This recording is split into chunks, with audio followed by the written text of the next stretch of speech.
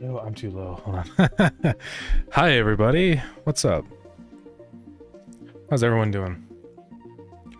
Cosmo, Potato, Astra, how's everyone doing? So Sebastian, what's up? What output resolution I've configured for my Godot session? So for Starground, I think it just, I'm assuming that's what you're talking about for like the window size. That by default is 1280 by 720. But yeah, I'm thinking about maybe making that full screen for like the export build. Alrighty, but yeah, how's everyone doing? Hope you're all doing good.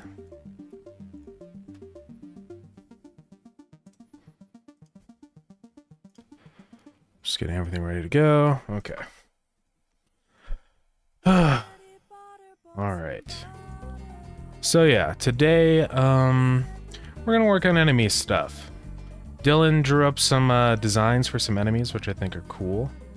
And yeah, we're gonna work on making those a reality. So, Nordic Godot for lacking feature this PCK files. Oh yeah, I've had open pull issues for years now. Yeah, that's one of the reasons why I use zip. Because, well, let's see. There was a reason why. Why did I do zips? Actually, I think I did zips just because it's easier. Yeah.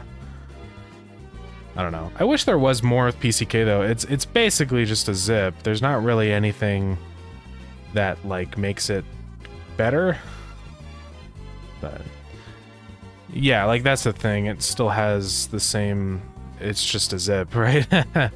So I don't know, I would have done PCK for mod packs if it was just, if there was actually a good reason to, but truth is there wasn't. So I'm gonna put this soda can recycle. I missed? No, I didn't. Yeah, also, Potato, you sent me a message. Let me read what that was. Yeah, so you sent me the link to all those commits, which I think look good. And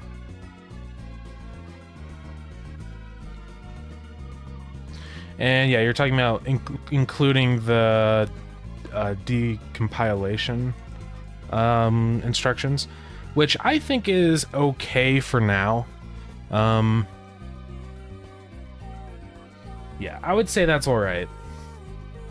Just obviously, you know, with the big note saying that Starground is, you know, not an open source program and I own the rights to Starground. But yeah, like that's fine. Just make sure that everybody knows, right? But I'd be fine with that because it definitely does help. So, yeah. Discover that I can play a game on my M1 Mac using a remote app to a PC that has the game from Steam. Oh, nice. That's awesome. Always good to hear. It'll be there. I just want to check. Yeah, no, you're totally welcome to. I would be fine with that. And hopefully one day we can remove that guide. But I totally get that right now. It can be kind of difficult without it, without the game decompiled, so that is okay.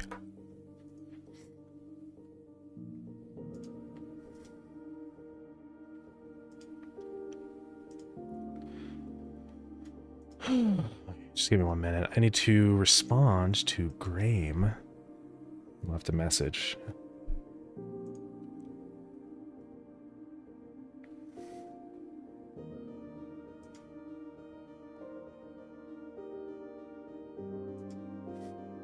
It's my publisher, Two Left Thumbs. He is the, yeah.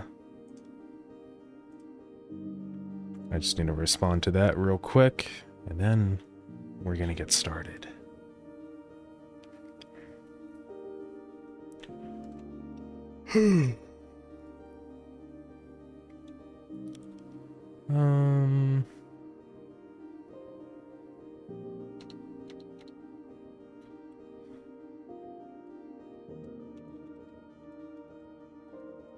Hey, what's up? How's it going, Jacob? Bog Boy. Bog Boy is an epic name, I'm not gonna lie. Hey, yo. Thank you for the bit. Let's go. Pretty good, nice. I do like Bog Boy. That's kind of epic. Like a frog guy, you know, Bog Boy. Yeah. I'll have to add that in the Starground now. Yeah.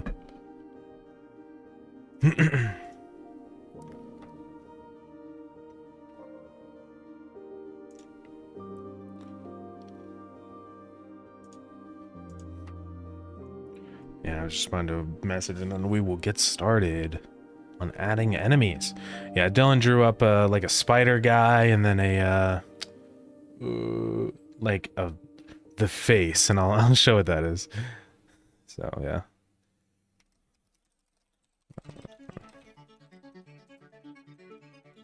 Two levels.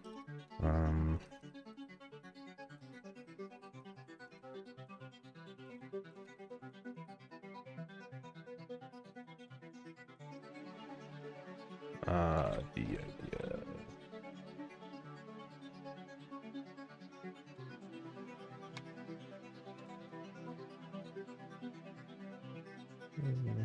No, I can't right now, but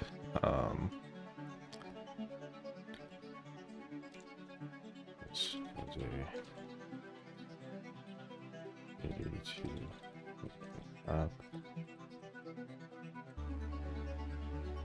to another planet.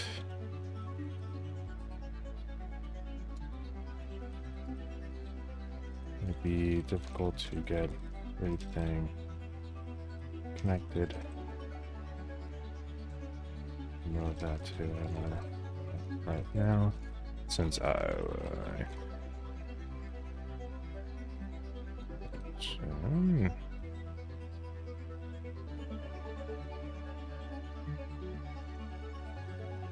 it's always change later. So we have other planets. Okay, sorry. Anyways, let me get everything open. I think my overlay is open. It's not. Let me open that. Okay. So do I plan on adding more dungeons and new bosses? Yes, I am already underway on that. So that'll be here pretty soon. There's already another level to the first dungeon, so I mean, we're gonna be going through that a bunch today, so I can show that off. Yeah, anyways, let's jump into it, shall we? Okay, so this is my nothing, whatever. Alright, so let's...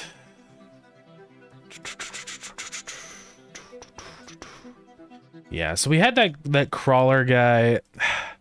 I never could get the inverse kinematics working how I wanted, right? Hopefully one day we can get that working. I know Jams is working on it. Honestly, I don't have time to work on it right now. You know, like I'd love to get the inverse kinematic stuff working, but I just can't right now. So, and guns, yeah, so I do have plans for guns too. I kind of already have some here. This is really stupid, but maybe something like this. Yeah, so I do restream onto YouTube, and that's where the messages from Sebastian are coming in. I wish that I could put those messages on screen, but Twitch has really stupid rules about that. So if you merge chats, if you have YouTube and Twitch on screen, it's like against the rules. Like you can get banned. It's kind of stupid. So yeah, if I sound like I'm crazy and responding to nobody, then that's why it's on YouTube. Yeah. Crawler? Yeah, so the crawler would just be an enemy, but I couldn't get it really working, but we're gonna be working on a spider enemy today anyways. So yeah. I'm gonna open the mirror board. But yeah, I am thinking of a new boss. I have some ideas on what that could be, so we're gonna look at the mirror board. Be warned for what might be on here. Okay. So anyways, this is the first guy.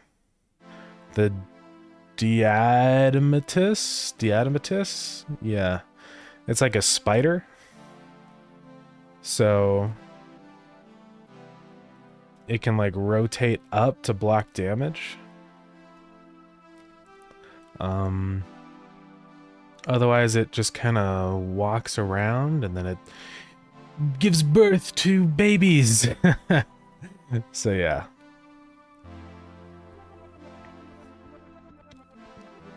But yeah, that's the whole idea of that one. And then there's the face. So it's basically this little guy floating around with like a radius, and if you enter the radius, then he gets angry. So he goes from a little cute guy to evil, right? So that's the idea with that guy. Yeah, minion spiders. This will be good. But yeah, these are just some of the enemy ideas that Dylan's been coming up with. We also have these robot guys, which we can work on too.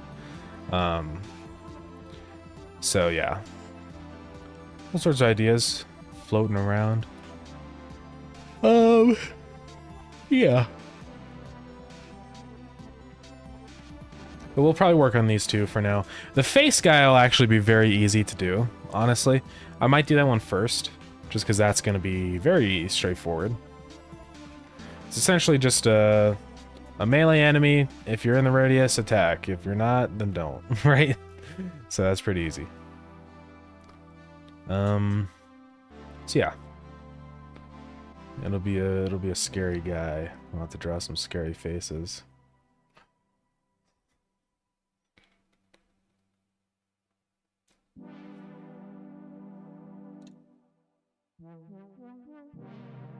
But yeah. I think this would be cool though. So let's get started on that. The crawlers. Yeah, we're gonna leave that for now.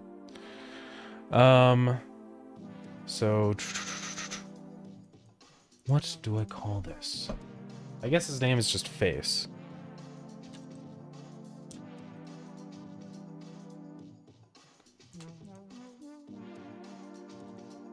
And then we're going to attach a script.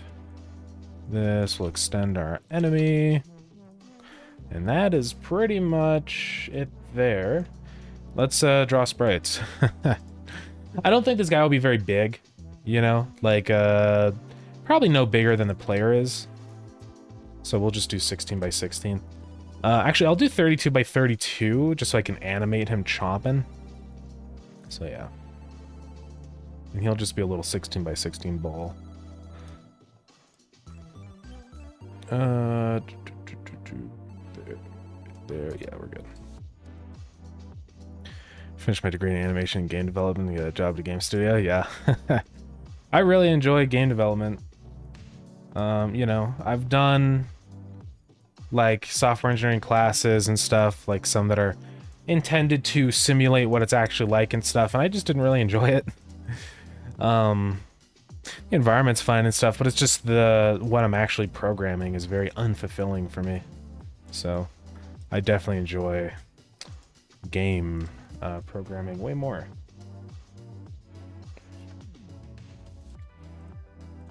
Okay, so this is looking like it's gonna be a little ghost guy. You know, we can do that.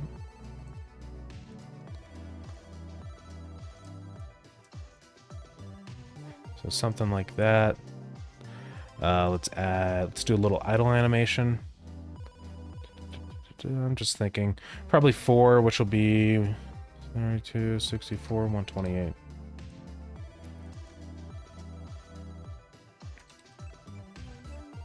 You know, if I'm gonna animate this as 16, it doesn't matter if the sprite sizes are different, you know?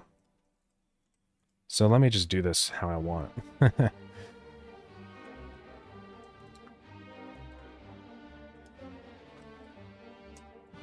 have to make sure it fits in this region.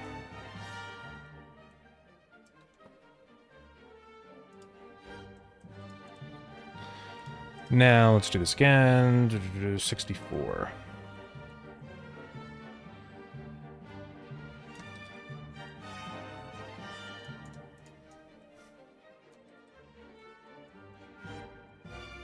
Okay. Found myself bored not implementing basic software functions. Yeah. I mean, the good thing about game development is that there's just so many different roles. You know, because there's always the need for like somebody to do like base level like gameplay programming stuff, or you know, and that's what's nice about it, right? Obviously, like in an indie studio, you kind of end up having to do all of it. I don't have the luxury of having someone else to do the stuff I don't want to, right? So, but that is how it is, you know?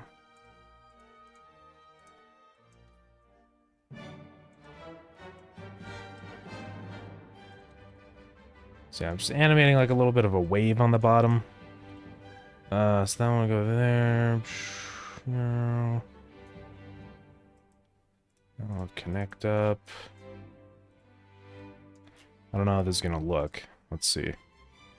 It's probably gonna look terrible.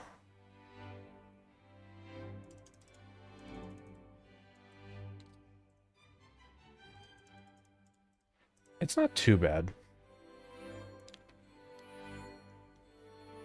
It's too fast.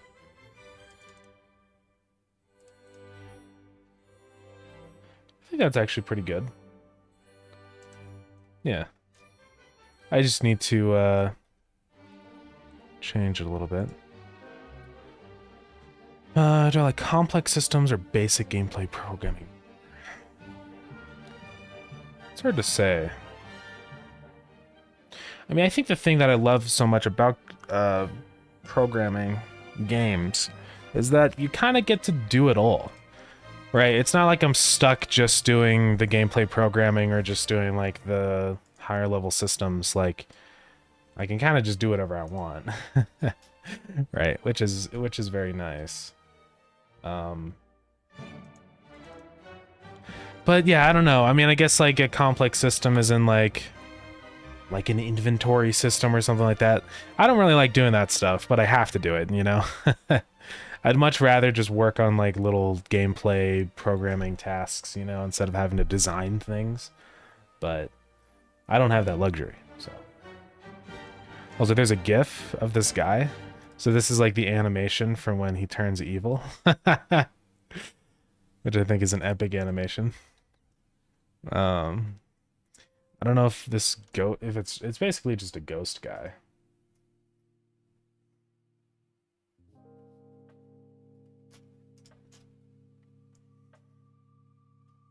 I'm trying to think of like what I want him to look like, right?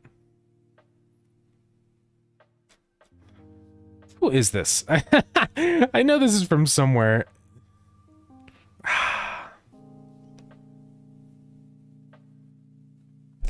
I don't know where Dylan. I know Dylan got this from somewhere.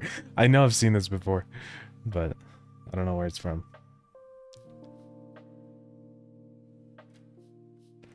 I do kind of like him just being a little smiley face also.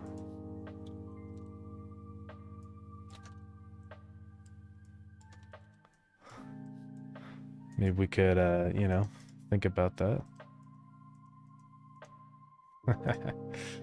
You know, I don't know if that's what we want to go with or not.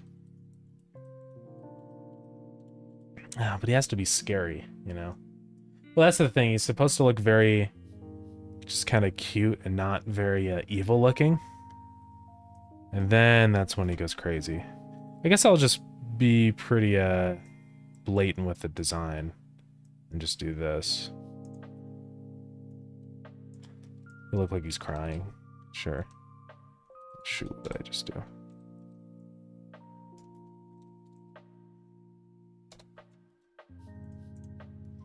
It's like an Among Us character? Maybe. It just right now looks like a generic ghost, you know? So it looks like he's supposed to be red now.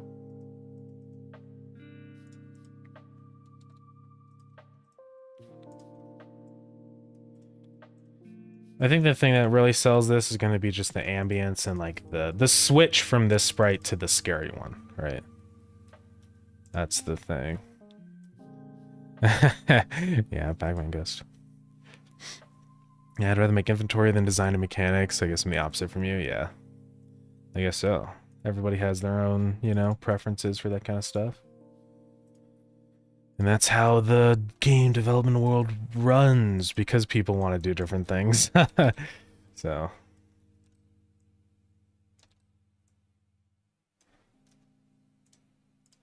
Yeah, it does look a lot like a Pac-Man ghost, but, you know, the whole thing is the next phase, right? This is just, it's supposed to be kind of cute and, like, you know, not very scary looking. So we'll see. This I really, like, before I can really start changing things, I just need to see it in game, you know? And then go from there.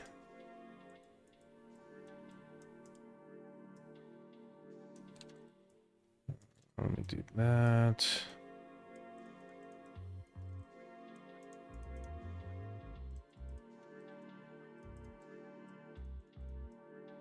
Duh. So let's just preview the animation again. It should be fine. That's okay, I think. I can do some light shading on this guy.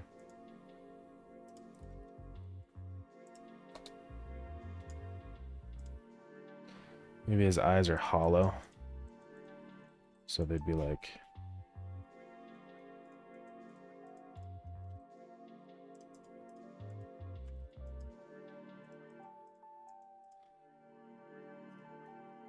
So let's see, if this is folds, then this will be bright. It's folded back. This will be bright.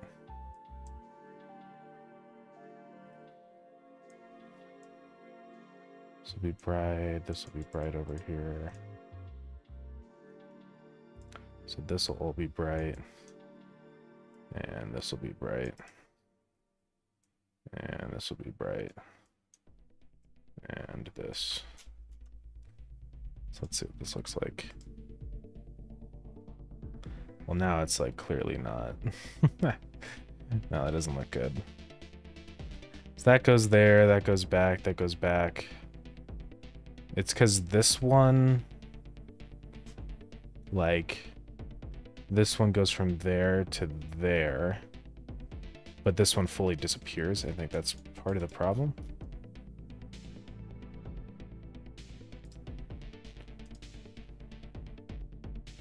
Yeah, it's better. So I don't know how I feel about that lighting, but we'll see. Really, I think, yeah, I'm just going to put this in game first, and then we kind of go from there and decide how to change it, right? That's what I'm doing right now. Have to do like that or something.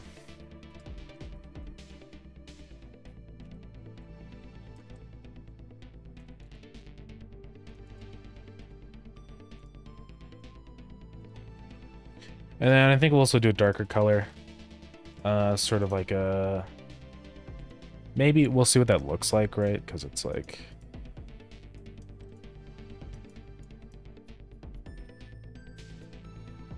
But yeah, it'd be sort of like this.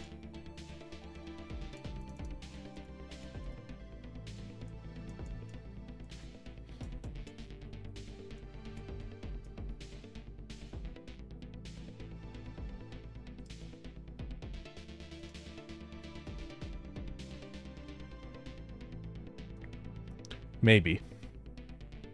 It's not terrible. I kind of like that it doesn't necessarily look like a, like a curtainy type of ghost thing, because, you know, I don't really want it to be a straight up ghost.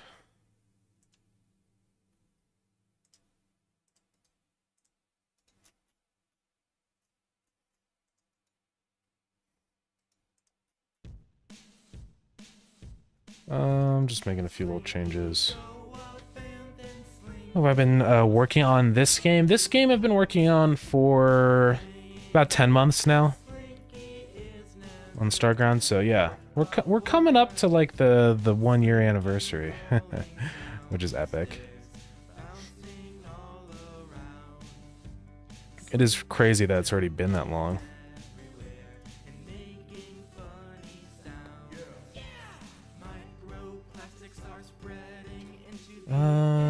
I think this is fine.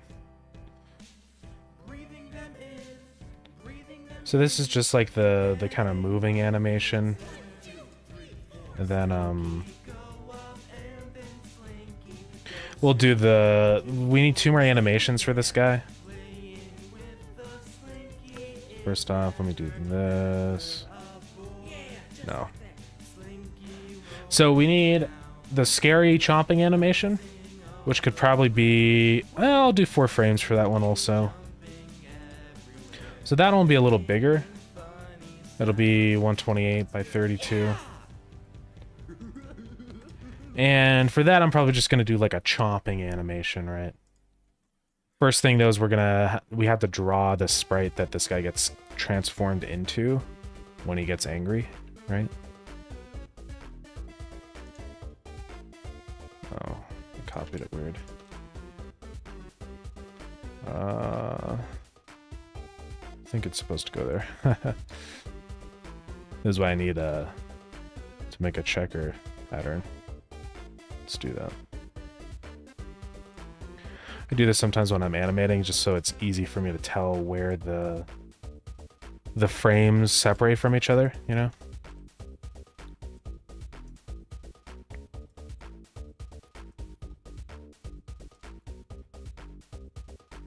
And then I just do this, I overlay it on top. And we're good. Okay, so this guy, let me make sure this is centered. So otherwise it'll be wrong and bad. That should be centered there. But let me just confirm. 10, 10, oh, 10, 8, whoops. 9, 9, bottom to top, 8, 8, okay. So this will be the sprite where he's actually big and angry. Yo, what's up, Zen? So probably not that. I think more like this. This is from somewhere, I know. I'm gonna do like a Google image search. You know?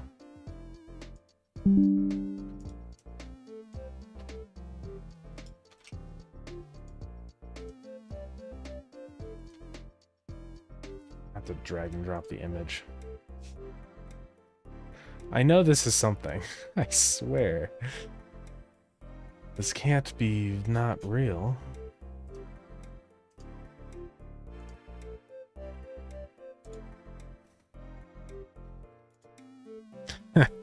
I don't know, maybe I'm just crazy, but... This is not the first time I've seen this, I promise. Well, I am getting a lot of scary faces.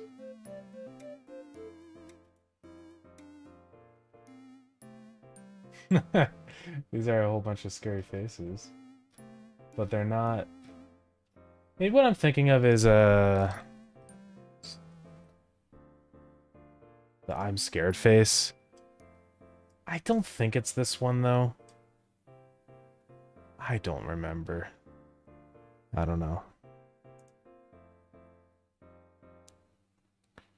YouTube doesn't offer picture-in-picture unless you're subbed to premium. Oh, man. That's kind of dumb. I hope one day I don't have to buckle down and get premium. I might have to. But, man. I don't really want to, you know? Okay, so let's look at this animation for how we want to do this. So he, like... Here, can I save this as, like, you know? I don't think so. So he starts to open his mouth, and his eyes get big, and his mouth opens up and chomps down.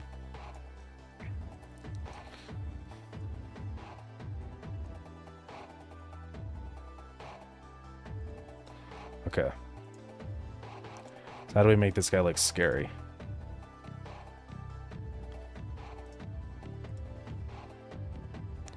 First off, he needs to be bigger, I think.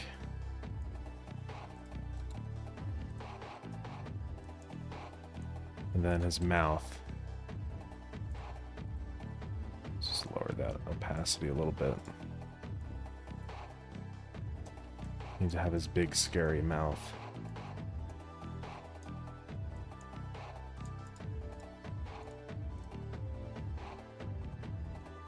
It's hard to do that with pixels because it would just look like that. He looks like a Minecraft pumpkin.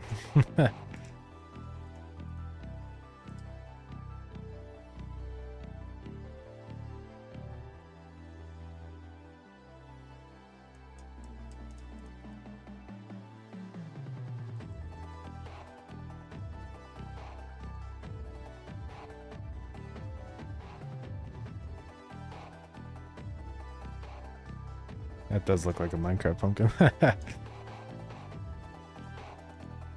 And then the teeth are kind of like, here they'd be like gums or whatever, like you can see the inside.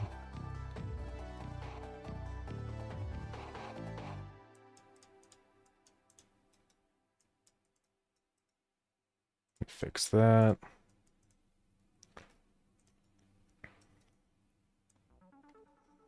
So the mouth will go up and down. Let's just mess around with some basic teeth. So the mouth would be white, but we can make kind of a gross yellow mouth, you know? Like this color.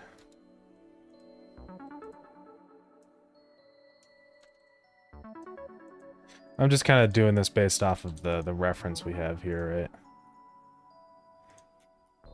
I don't know if this looks good or bad or what.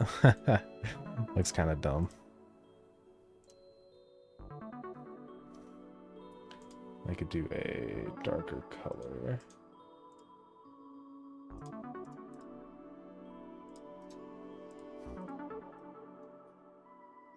Then it doesn't look like teeth anymore. And then the eyes are kind of like that. With the big, scary eyes. I don't know, it's hard to make it look exactly like the drawing. Not an owl, no. I'm just trying to convert Dylan's idea into art, into pixel art, for an enemy guy. I don't know. This is not final. Right. I'm just kind of, this is just how you have to do it with art. You have to throw something down. Because if I worry too much about making it look perfect right now, it's just not gonna work. I'll never get anywhere. You know?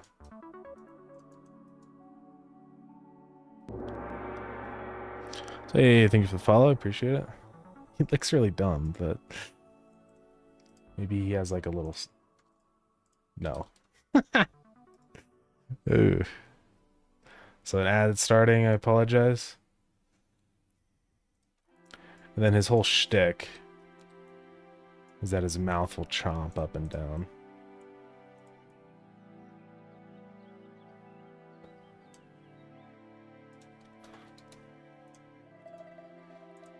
We can make this look okay with animation. Right.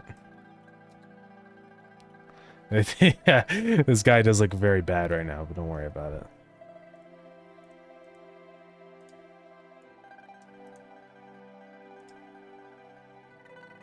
Oh, yeah. I need to look at that again. I know you sent that to me, and then I forgot.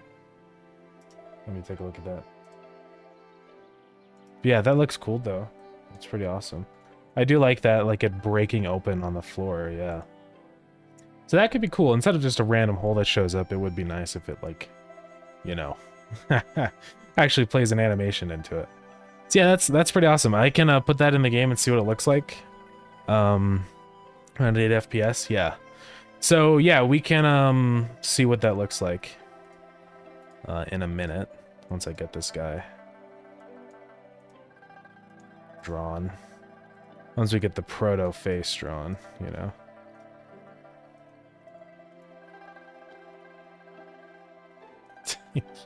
He does look really stupid. I'm not gonna lie. I have to make him scarier. I think it's because of like where his eyes are positioned and stuff.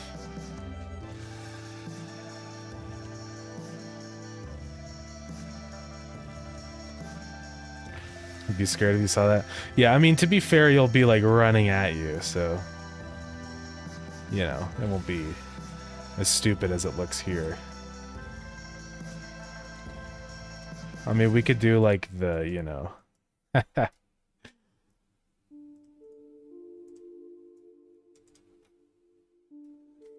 looks really dumb. Or maybe the, like that is better. I don't know. I'm not sure. This is why I need to get something animated and in-game, right? So that I can actually start to, like, figure out how to make this guy better. Because this is really bad right now. Let's do... Yeah, like, it's gonna be chomping like crazy. The thing is also this is in, in movement. Animation always looks really stupid when it's in motion. So, you know, we'll see what it's actually like in a minute. And obviously I need to redo all the shading and stuff. That's not done yet, so. I could kind of have the eyes, like, move around and stuff.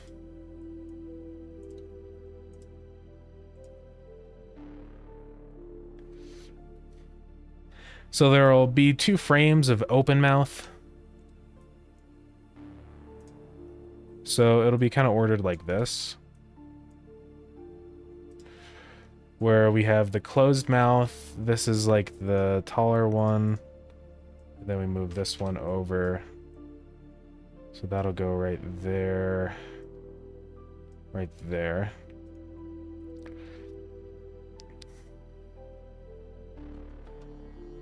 Mouth looks so rigid and unorganic. Yeah, I mean, it does look stupid. I'm throwing down stuff. I'm not worrying too much about what it looks like right now. And then we're gonna go back and make it look better.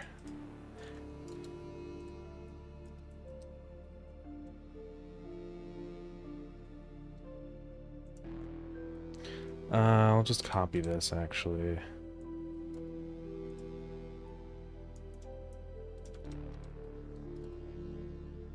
Yeah, don't worry about it. Don't worry about it. It's supposed to look stupid. These both need to move down. Worst enemy ever created, possibly. Let's just, you know, see what the animation looks like first.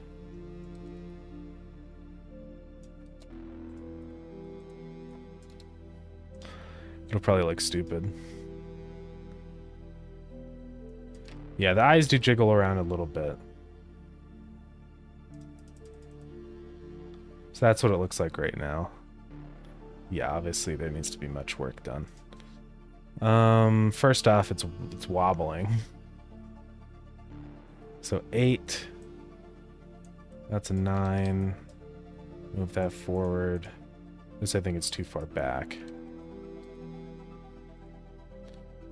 So when he chomps down. Yeah, I can make the right eye jiggle. So chomp, eye comes up. Like maybe on this frame the eye like goes to the side a little bit. Then here this eye can be moved down.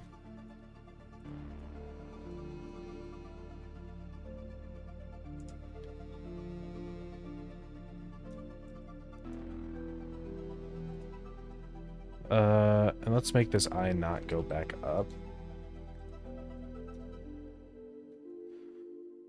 So let's see, that goes up, down, out. Okay, so they should like kind of jiggle in opposite directions.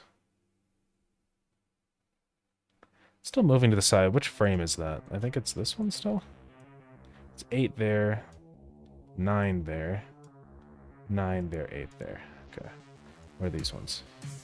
8. Suck a cheat code. Yeah.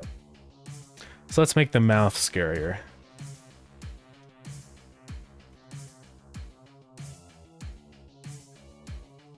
Maybe he starts to like smile.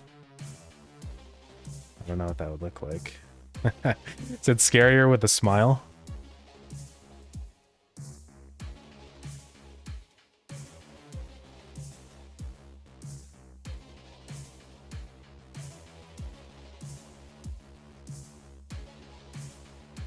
Yeah.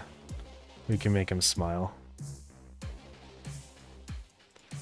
And I'll make his bottom jaw kind of like rotated down. Right? So it's not just going to be like this. It'll be kind of like that.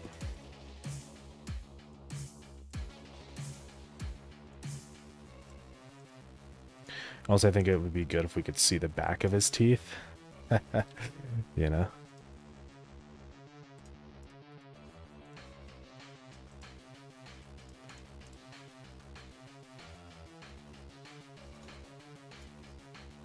So we better be smiling. Real. Me too. Maybe his teeth needs to be sharp, you know? Yeah.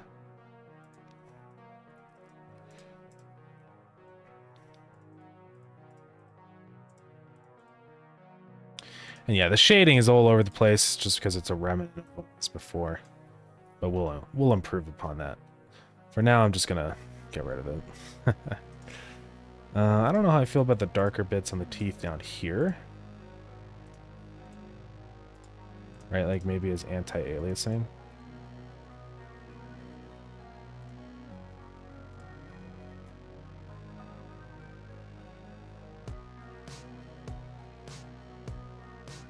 So we can do that.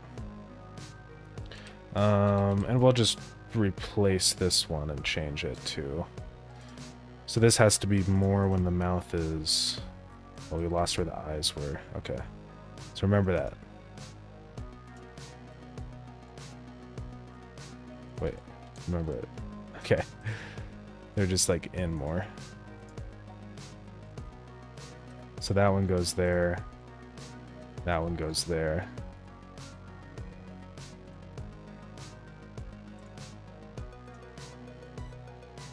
So we'll do that and kind of close his jaw up a little bit.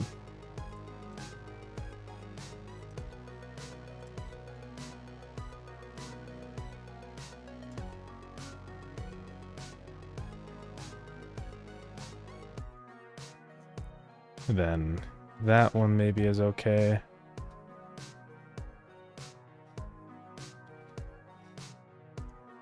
Let's see what this looks like. And it's gonna be faster than that. And it's gonna be chomping pretty fast. So when he chomps down, his mouth, I think, needs to like go out, right? So it needs to be like...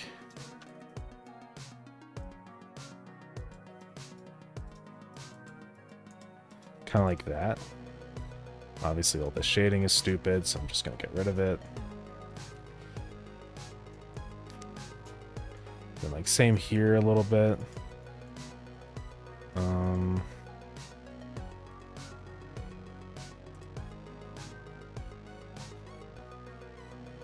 Then here it could almost go in. Just so that there's more movement in his actual body with his mouth.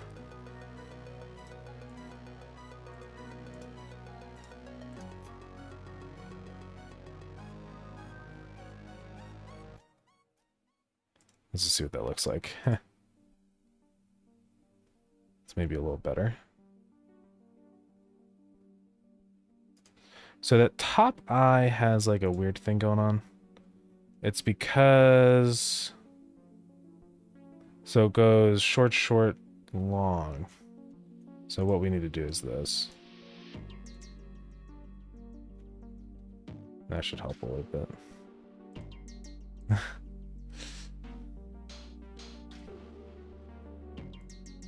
And we could probably exaggerate this mouth open a little more, you know? Have this open maybe even 2 pixels. Just to really bring the chomping home, you know?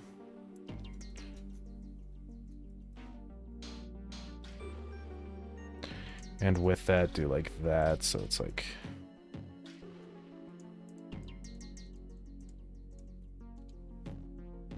Maybe. Oh yeah. He's really chomping.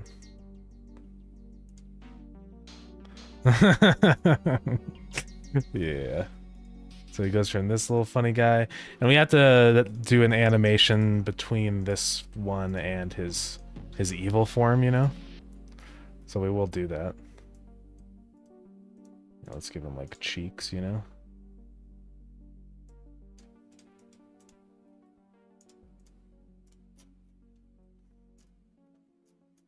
And like same here a little bit.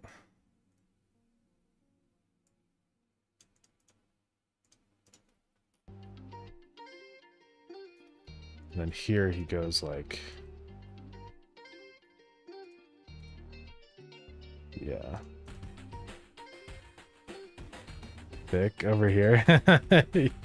Yeah. Doobie.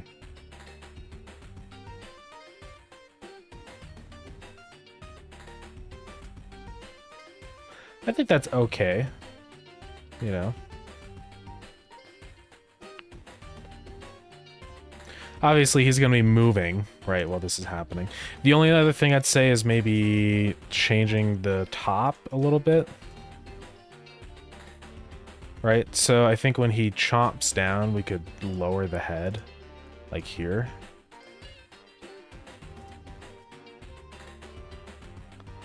And then when he goes back up, that's where it kind of extends out.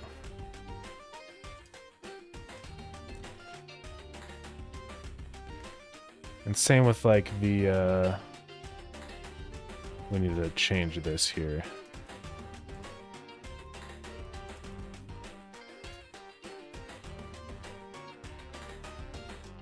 Let's see what that looks like. It's not bad. Oh, my eyes. I don't know why they're so irritated. Oh.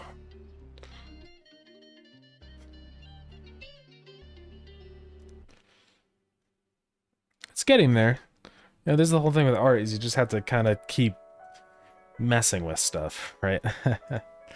Maybe we could do this so it's like his teeth has more depth, right?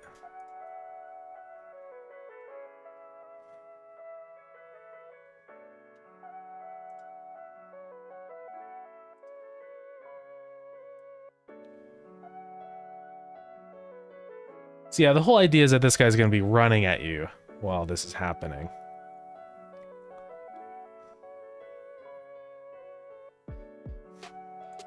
Maybe slower than that, like that, you know? We'll see. We could also do like some little, when he actually chomps down, like little particles. You know, like,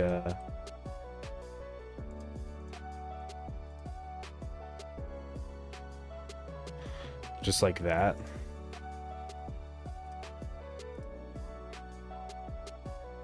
Right. Which could work.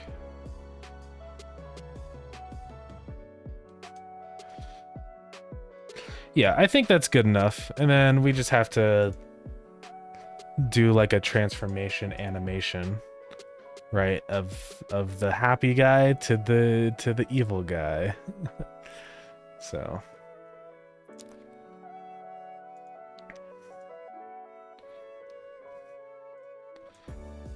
yeah, because it's gonna be in the dark and he's gonna be running at you.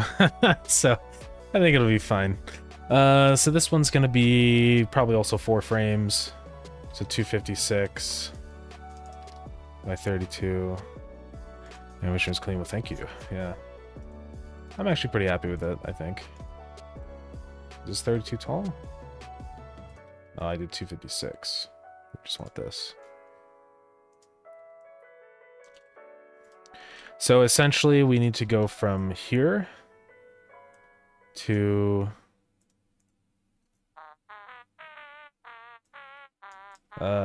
here.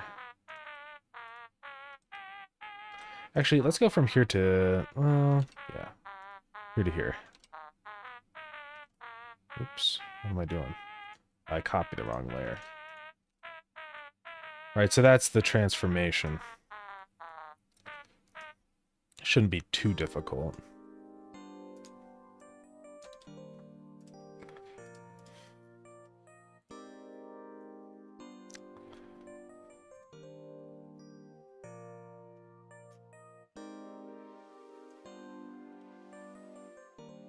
We'll move this guy over here. So I'm just gonna grab this. We're gonna do like the mouth will kind of start to open up. Right, and we'll kind of start to get rid of that stuff. I think it'll just start as like a nefarious smile. Swan looks so cute, yeah. Because that's the whole idea with this enemy, is that it looks so cute and then it becomes a horrible evil monster. And I'll just start to add in some like white around the eyes. I think.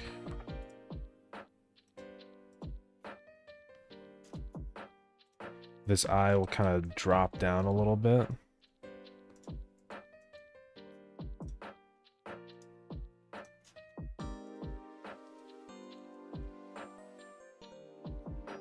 Let's see, how do we want to do this? Well, the whites start at the top, so...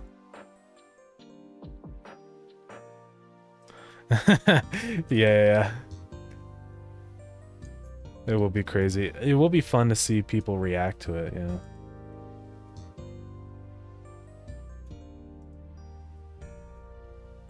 And the mouth gets bigger and scarier.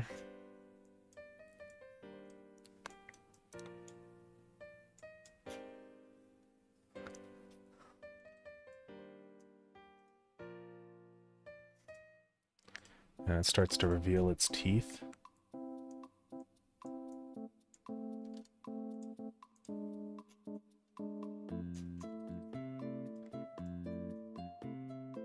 Maybe. Yeah, I just have to make the bottom kind of lose all this stuff, and then...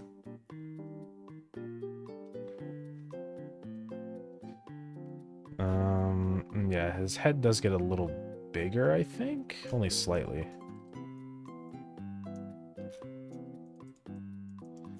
Let's just see what this looks like right now. It's not terrible.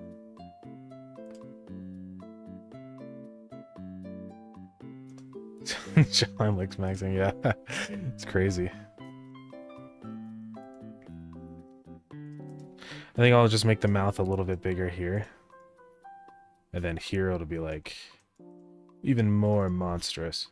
I'll actually just copy the mouth over here and then we can make it less crazy. Right. So like first off we'll like shrink down the jaw.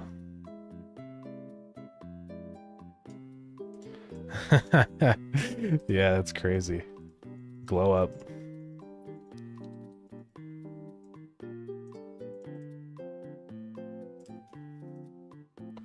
And this will be kind of more closed in here.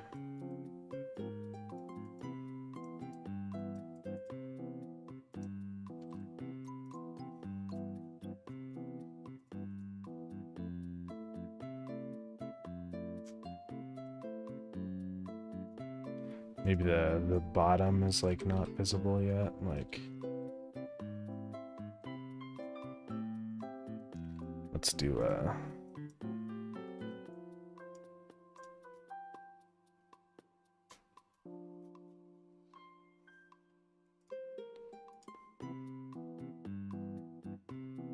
it's not terrible. You know, like a slower thing where it's like that. and then he starts chomping down, you know? I think it'll work. We just have to put it all in game and then watch it. So this will be, I'm gonna call it the face. This is in sprites, PNG, the face, idle.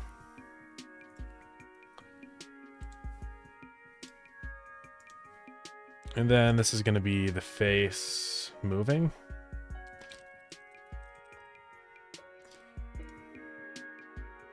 Or the face like active or whatever.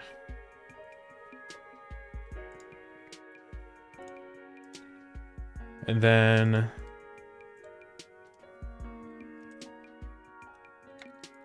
the face transition. Congratulations.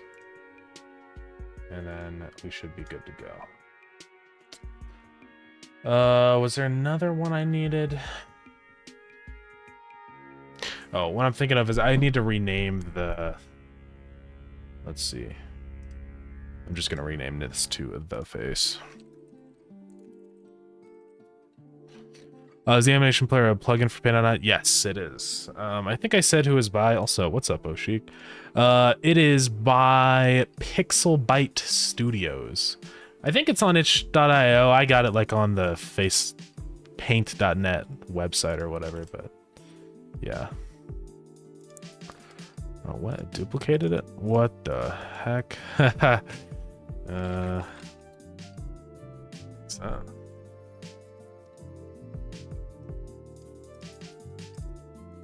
Did it not rename it?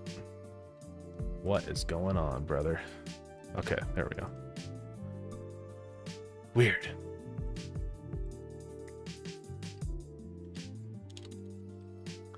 Old but gold. It is a good plugin. Yeah. What is it? Animated Sprite 2D. Honestly, I need to just go to the Ancient Automaton. And I'm just gonna copy all this stuff and move it into the face. There we go. And then we'll reorganize all of this. That should be set to 0. And we gotta change all this stuff. Do I do the 3D printing? I do, actually. I have a 3D printer back over there. I've a couple times on the stream, I've had like the camera for it up on stream when I've done prints during stream. I don't have any prints going on right now, but yeah, I do enjoy it though. It's really awesome to be able to you know, just create things whenever you feel like it. You know, it's pretty cool. This one will probably keep it like, we'll go like 8. And then I'm just gonna do different animations for this. So we have default, we have active, and we have transformation. I'll get rid of the attack animations.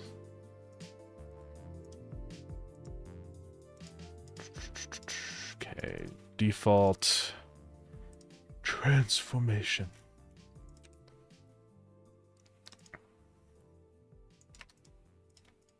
So it should just kind of seamlessly go between these two, which it does. I think this will be cool once he's actually in game and stuff. I think it'll be scary because it's going to be in the darkness, right? So, oh god dang it! I saved it with the overlay on top. Let me resave that.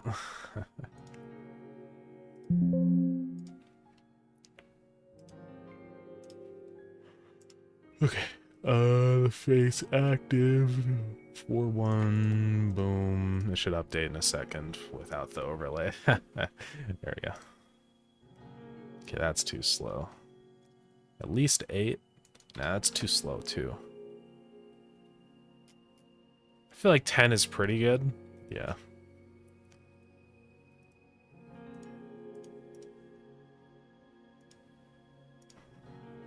Alrighty. 256. It'll just be. It doesn't even. It goes up to 120 maximum. Yeah. Yeah, that's pretty crazy. You know what? For the flash sprite, I think I'm just gonna do a sphere.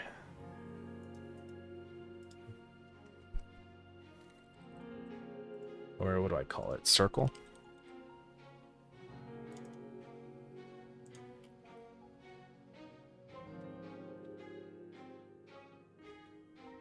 And then I'm just gonna set the size of it. Okay. That'll... Yeah, 120 frames per second would be absolutely terrible for pixel art, man. That would suck.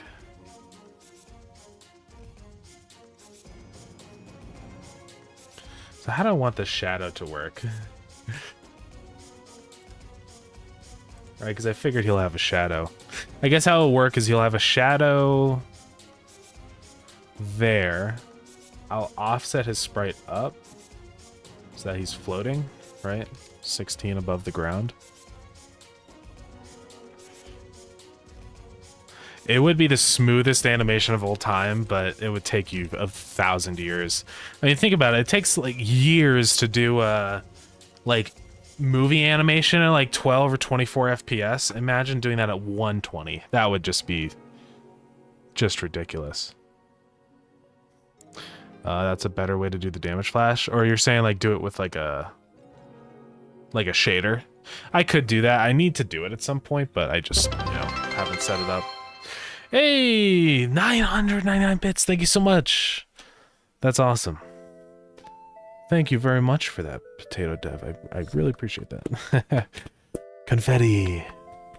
Let's go. Yeah, that's crazy. Thank you. That's really awesome. I appreciate that. Yeah.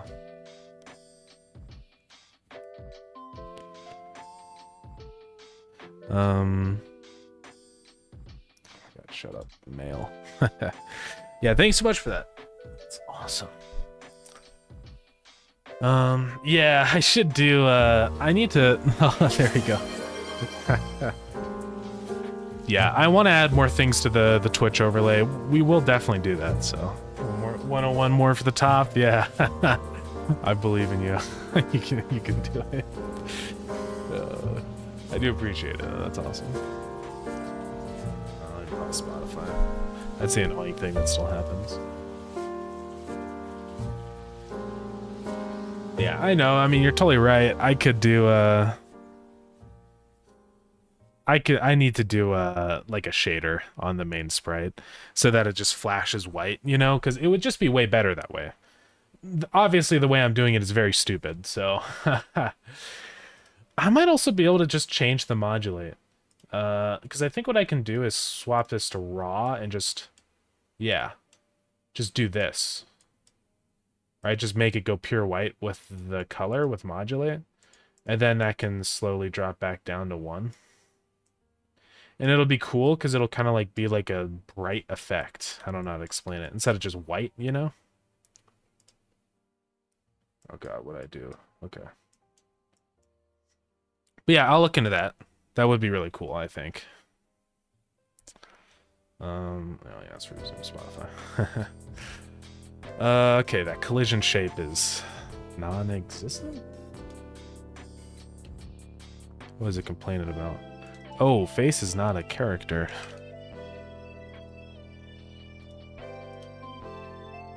Okay, so let's make the collision shape 10 maybe? And move that up to the sprite zone. Right around -14. Yeah, I'm gonna make the light source red, so that is actually the plan. Because, like, this is sort of the look of it, right? Where it's like, I think he's full red now, but I do like the idea of the white light. So, we'll just do circle radius white. Right, and that'll just be here. I am actually going to offset that up just so it's centered around him. Just at -14. And yeah, because this will also act as like his oh, this is also the wrong light. Which one is it? Let me go find the right one. This also acts as his like region for anger, right? So Hacker Ham, thank you for the follow.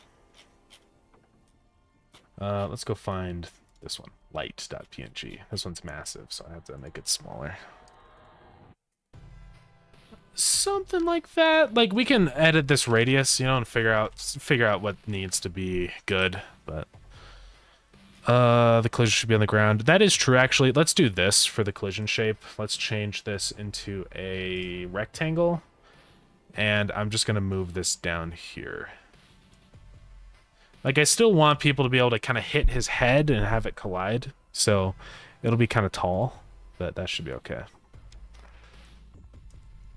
I am going to shrink that, though, to 16. And yeah, that should be okay.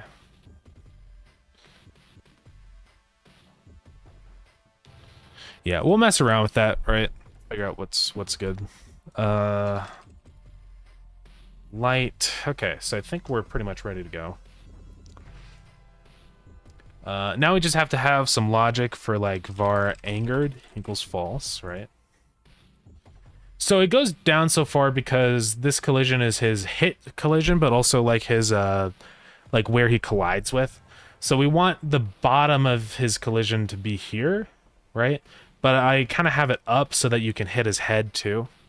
You know, collision doesn't... It's not always a perfect... match with what the sprite is. It just needs to make it good in gameplay. So how janky the combat is, it should be noticeable. Dang, backhanded insult. No, it's fine. I mean, I do agree. I need to work on combat stuff a little more. I don't know how I would improve it, you know, but hey, if anyone's got ideas, let me know.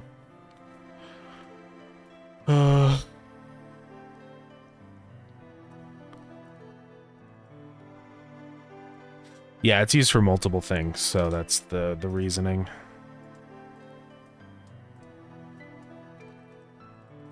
I'm just gonna have a region here, and this will be kind of the area where if players go inside of it, it'll make him angry, right? So the light extends out that far. I think I'll set this to be like 250. No, that's way too big. 128? Okay, you can actually see the light now. Thank God. I think 64. Yeah. Hey, Mystical Cell, what's up? How's it going? Still watching the tool bench. I can't put buildings in the tool bench. I'd have to completely redo everything. So we're not going to do that. Okay. I think this is pretty much good to go. I just have to... avoidance is on. We just have to actually work on his code. So let's figure all that out. So right now he's inheriting from enemy, which handles all this stuff.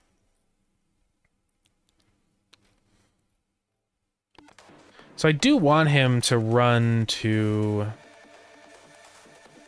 the player. So I guess that's can move. Because if can move, it does all that stuff, right? And that's where it will target the player and move toward them. So I do need to make it so I can enable that. So I'm just going to say by default, can move is false. Although he can move, it's just, you'll see. Or maybe what we do is just we add another state to the enemies where it can be in wander mode or in active hunt mode, right? Well, just got for work. Nice. Yeah, I'm doing good. I'm just working on enemies right now. So there's an ad going on. Hope you don't get that. We made this guy called The Face, and so he's like a little evil guy in the lab that'll come for you, and you'll come running and chomp down, you know. So I'm kind of just working on a way where I can set up the enemies to wander around, right? I think all I have to really do for that is just set like a do this, but just pick a random position, right? And that should work, I think, actually.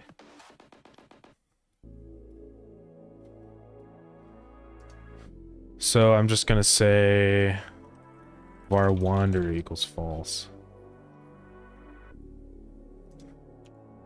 So if wander, else we do this stuff, right?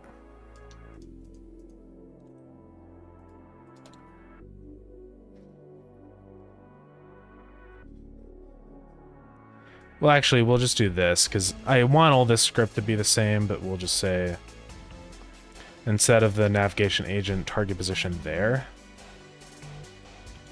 I'm just going to say, if wander, do that, else. Right. Totally doesn't look scary.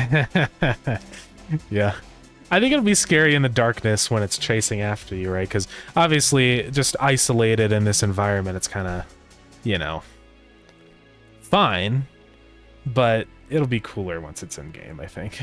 So it starts as this little cute guy, and then he transforms into the scary guy if you get too close to him. So it'll make more sense in a minute.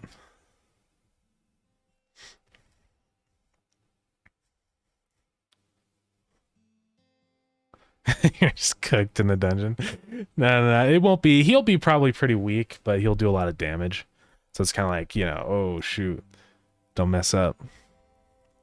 Yeah, people won't expect it. Because people will think it's just a little tiny, you know, a little goofy, cute guy. And then they walk up to him, and then he transforms and starts running at them, chomping down. I think it could be scary. So... yeah. This is not a game jam, no. This is Starground. It's up right now. I think we still have that mixed rating. It's so annoying. It's just because one person leaves a negative review, and now it stays like that for, whatever, 30 days. It is what it is.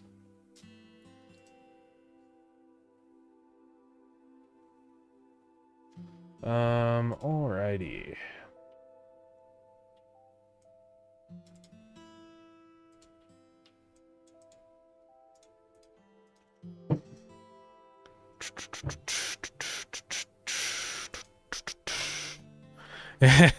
Yeah, it's a 10-month game jam.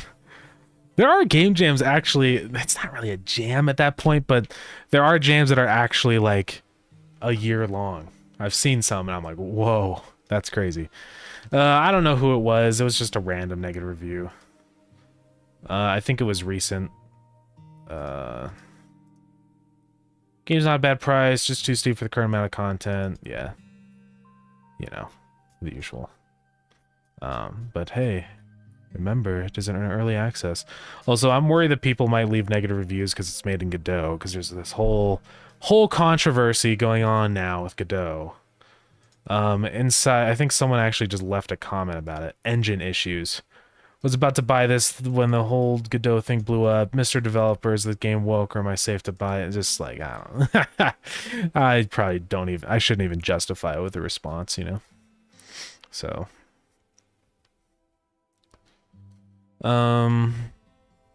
Yeah, it's pretty dumb. I think it's incredibly stupid that people are attacking developers because they're using an engine and there's controversy they have nothing to do with. It's really stupid. Where'd my water go? Oh, there it is. Someone left a tweet. I don't know. I don't really know the whole ordeal. It's Twitter drama. That's what it is. You know, the usual. Twitter drama, and now it's actually negatively affecting people's sales because they're using Godot, which is so stupid. One person put up a tweet, and now, oh, this engine that thousands of people have contributed to, well, now we're, you know, it doesn't matter. It's just because this one person, now we're gonna hate on you and your game because you use Godot. It's so stupid. You know? It's not even like a thing with the engine. Like, with the whole Unity debacle... Hold on, I'm gonna pause this music. With the whole Unity debacle, it was because Unity, the engine, made a stupid decision and they added a runtime fee, right? That's dumb. But this has nothing to do with Godot. But for some reason, people are attacking games that are using Godot, and it has nothing to do with the engine. It's just people. It's just people on Twitter. It's dumb. It's so stupid. I don't know why this is a thing, you know? Yeah, I can say the same about Unity. Yeah, but I mean, that's even like a whole different thing. This is just dumb because it's just a completely unrelated thing. It's just pure politics, pure whatever garbage, right? And has nothing to do with Godot. So that's my rant. I think people are stupid. That's yeah. It's so dumb, you know? I don't know. It's like if, you know, there was like some shops on a street and one shop got robbed and now everybody's not going, like, attacking the other shop for something completely out of their control. Like, just because it doesn't make any sense, you know? It's just illogical. Yeah. Yeah, it's so stupid. I don't know. I'm just staying out of it. I'm not... I don't care. I haven't read anything about it because it's stupid. It's just stupid Twitter drama. And I'm just not even going to reply to people like that, right? Because it's like, what am I supposed to say? You know? Is this game woke? What am I supposed to say? I'm just not going to say anything. Yeah. The situation with Godot is crazy, so a tweet was made by Godot Engine on Twitter about wokeness. Huge mistake. And now it's affecting sales on games made on that engine. Yeah, real. It is very dumb. Yeah, it's not just because using engine doesn't mean you support the political views of the engine dev. Yeah, it's really stupid. It wasn't even really necessarily it was like the community manager, I think, or something. It wasn't even a person like working on the engine. I don't know. It's just very weird.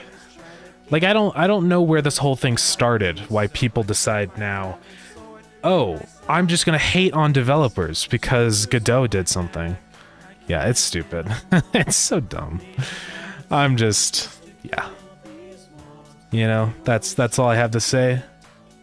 So yeah. Someone tweeted that if a game is made using an engine, it's woke, and Godot tweeted something along the lines of "Share your woke games with us." Ugh.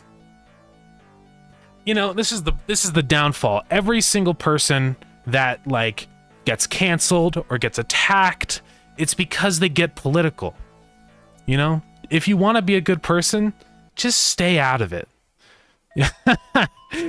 That's all I'm gonna say. I think politics are really dumb. I'm not gonna lie. I value just existing and being a good human being rather than worrying about politics. You know, it's the same with like the election every year. It's the same with all the Twitter stuff.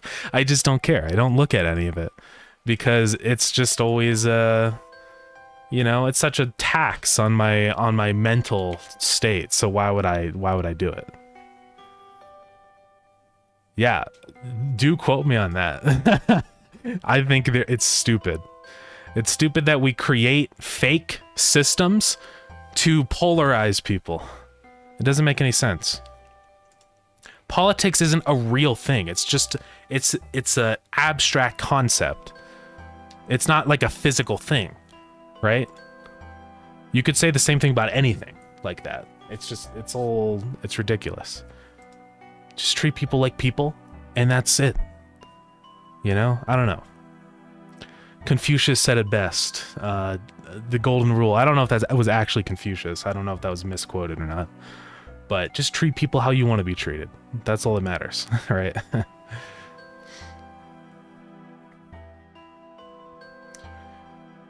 Community manager. Well, like, I get the, you know, having a community manager can be important for, like, advertising the engine and, like, helping people with issues, just to have somebody to kind of manage the community, right? That's totally fine. But I think when, like, community managers, you know, stay out of, if somebody, like, says something stupid, it's a very bad idea to engage in that and accidentally make yourself look bad, right? And that's what happened. That's why I'm not going to respond to that person on Steam. I'm just going to stay out of it. It's just so stupid. Yeah. I don't know. It's just, it's very infuriating that, like, people are now just leaving negative reviews about it and stuff. That's my gripe with the whole thing. I don't know. You know, whatever. I got bigger things to worry about than Twitter drama.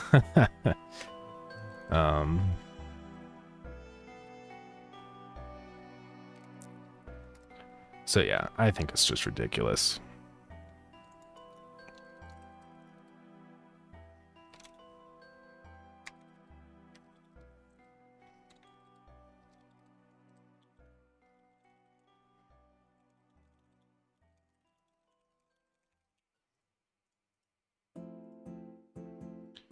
Worse when Godot made an official statement apologizing that actually... Yeah, it's just... Oh my god. Big disaster on their PR department. Like, if you're going to apologize, you have to apologize. You can't just say, we, like, stand by our statement. Like, if that's what you're gonna say, then just don't frame it as an apology, or just don't say anything, right? I don't know. It's ridiculous. It's so dumb. I'm just like, I'm staying out of it. That was my one rant about it, and I'm never going to talk about it again. And if I do talk about it, you know, I don't know, tell me not to. Because it doesn't deserve our time, you know? Let's talk about fun, cool things. Let's talk about how Godot is actually a cool engine, regardless of what the Twitter people are talking about, or whatever is going on. So... we should just put a warning on the main menu, like Starground's made in Godot, you don't have to support the legal views, and Starground's currently in early access. Yeah. I don't know. I think honestly the thing is with that, just don't say it's made in Godot. You know? People can figure it out, of course, but we don't have to necessarily say that the game is made in Godot. Obviously, yeah, it's like if you look at the stream or something, but... You know, I'm just gonna... I don't have the Godot splash screen, it's just the Big Boy Games logo, and that's pretty much where I'm gonna leave it. Because I don't... hopefully most people just won't care. I never play a game and think about the engine. I'm not gonna be like, this game uses Unity? I can't buy this game. Because I don't care. The engine is just a tool, right? The only thing that matters is the actual game. So, it's so dumb. Yeah, I'm not going to leave any warnings or anything. Maybe an early access thing, because that's totally reasonable. Say, this game's in early access, that's fine. But not, I'm not going to talk about any Godot stuff. Yeah. Excuse me, Godot awesome sauce. That's crazy. Sometimes this engine does some weird things that hurt my head code-wise. Yeah, I mean, it's, you know...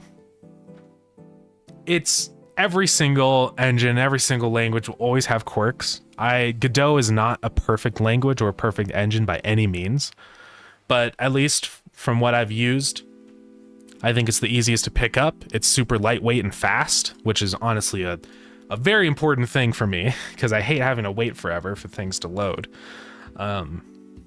And it's been able to do everything I want, right? And so with those things, I think Godot, for me, has been my favorite engine to use so far. But I could totally see how there are some things that people might not like, right?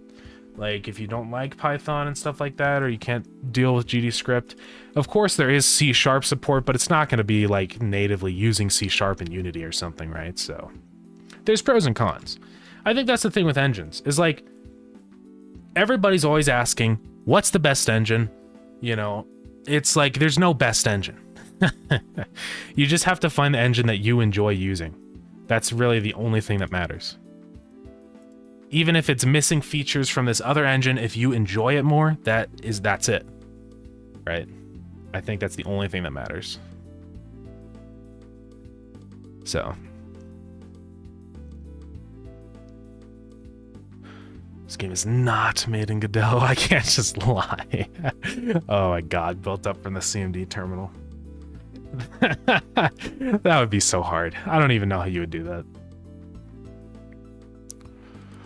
Godot's a great engine. The best engine is one you like. Yeah, exactly. Just have their own pros and cons. Yeah, they will always have pros and cons. There will never be a perfect engine, so... Yeah, I'm in more with what they decide to do sometimes doesn't make sense. Like, let's take a step, back to make a half step forward.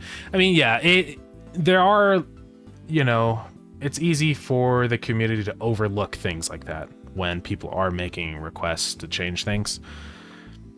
But I think there's always going to be that with progress.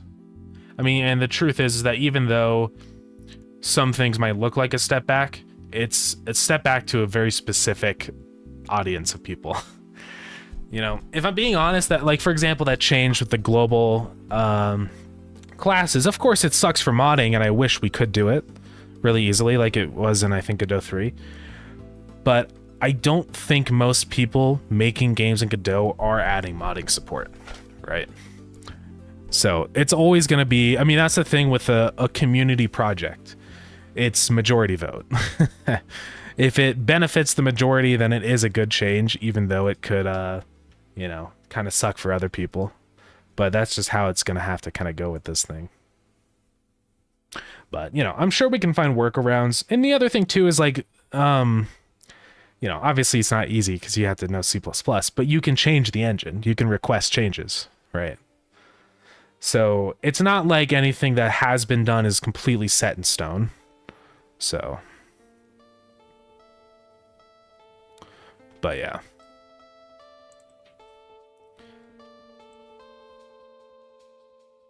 My ass dealt with like making a social media platform like Discord before, and registering and logins and password is wrong. Oh yeah. That's pretty cool. God, that'd be hard though. Networking stuff is scary because of security. Like critical networking stuff like that, where you have like passwords and stuff and emails and data that you have to hold. I think it's scary because it's like you could very easily mess up and somebody could steal all that info and you're in big trouble. Yeah, honestly, they more or less are like,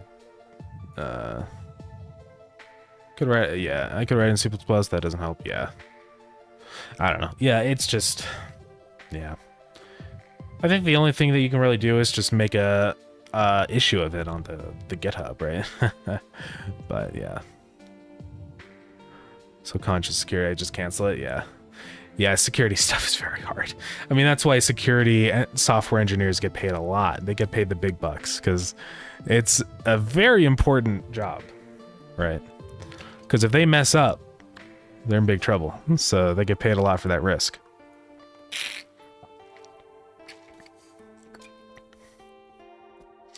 There's 17 open proposals for something related to it. Okay. Yeah. I mean, hopefully they get to it, right? I hope this whole Godot thing doesn't, like, stunt the engine's growth, though, because that's so stupid. I wonder if they've, like, lost a bunch of donation money now. Probably. Let's see. Not really, no. But it hasn't been that long, so we'll see. Saw the guy anymore. Yeah, good. I think it's just, yeah, it's extremely silly to bring politics into something that has nothing to do with politics.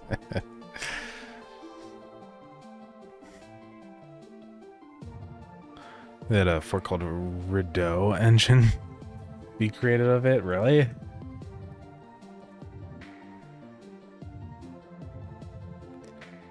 Godot. What is Godot? I mean, like, what are they changing with it?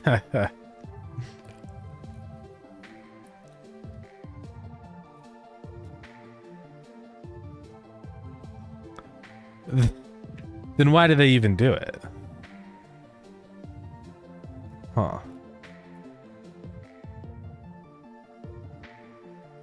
Interesting. I don't know. A few people dropped, some people joined, yeah. I have always wanted to donate to the engine because, you know, it is extremely valuable tool. I just don't have enough money yet, but hopefully at some point I can do that.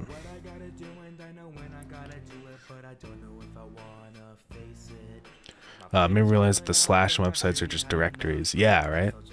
It is cool learning about that kind of stuff. I did, even though my, I took like a web development course in university and it was super out of date. But even though it was still a very interesting class of just learning how websites work and kind of how to make them, even if it's in a very rudimentary form. So, did enjoy that though. Just because they wanted to be not political, it doesn't make any sense. Yeah. I don't know.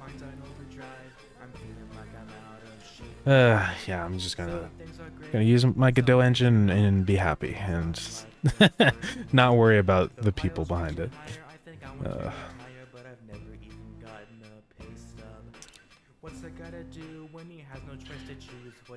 Hate the fact the V doesn't have many studios around here. Yeah, it's honestly the same thing where I'm at too, in Colorado. I can't remember what WV is. I don't know. Oh, West Virginia. Yeah, stupid. Yeah, in Colorado here, it's just like that too. There's not very many studios. Because I looked right after university for a while, looking around at like gaming jobs, you know, gameplay, game development studio jobs. There's just nothing. There's nothing around me. The only ones that I saw were remote jobs, right? But that comes with a whole bunch of things. Yeah. I don't know. It kind of sucks because really the only way that it would work out is like moving to the West Coast. And it's freaking expensive over there. That's the problem. I would never be able to afford anywhere in California, you know? So it's just, it's crazy. Yeah. I don't know. I don't know how people like justify that. Like they can get a job in a completely different state. Like, cause what if you lose your job and then you're kind of screwed, right? I don't know. Especially with how the industry is now. Yeah. Yeah, I wish there was more game dev stuff around me. You know, even just stuff like, just like clubs and stuff. I mean, there was the, you know, I went to a game design club in university, but it wasn't, you know, super serious or anything. I wish there was just more game development related stuff happening near me, and it wasn't all on the West Coast, you know. Yeah, I mean, there's definitely some stuff on the East Coast. I mean, there are places all around, but it's just there's not enough. And not on the West Coast. New York, what happened to Old York? York is in the UK. That's where Old York is. Sucks because I skipped my internship in college, no experience on my resume. It's the exact same thing I did too. Because I wanted to actually make my own games, so I never did internship stuff. Yeah, maybe a big mistake, but I don't know. Against the East Coast, okay. Yeah, I mean, there's always exceptions to that. It just seems like it's definitely a, you know, California-centric thing. All tech is, right? So. I need to change the description of the BBG Steam group. Oh, do I? Oops. I didn't realize. Starground. What's the description? Here, visit the group. Oh, yeah. Should probably change that. How do I actually change it? Edit group profile. Hey, we're Games. We're a small team based in the US. We're currently working on Starground. Out a factory automation dungeoning game out on Steam now. There we go.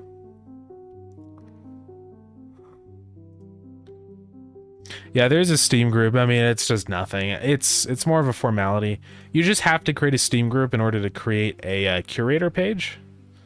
And so that's why this exists, but I, you know, never use this. I mean, who are the people in here? Me, Big Boy Games, and Fee, whoever that is. So yeah.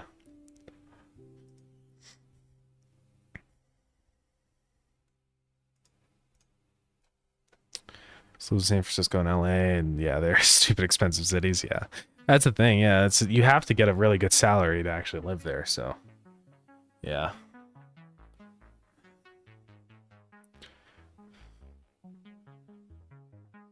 Any state that's mentioned the internet a lot is crazy expensive. Yeah. Even where I live in Colorado, things are getting really expensive. Like housing is insane. I can't get like, I don't know.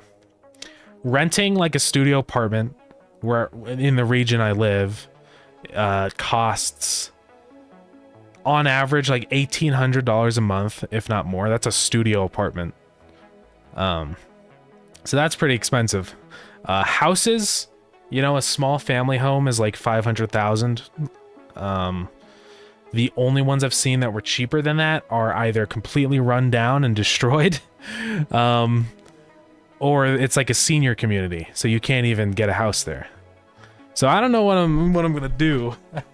I won't ever be able to afford anything, so I'm gonna have to move out somewhere into a different state because it's ridiculous. So yeah, I don't know.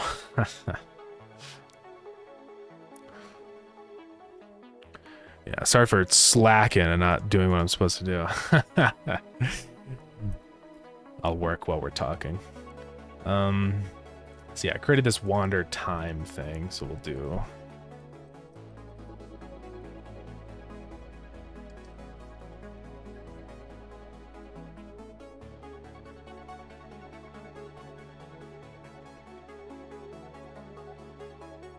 let's see. We'll just say current wander time is 0. Excited for GTA 6. I never really played a lot of GTA 5, if I'm being completely honest. I do need to. But I don't know. I just haven't.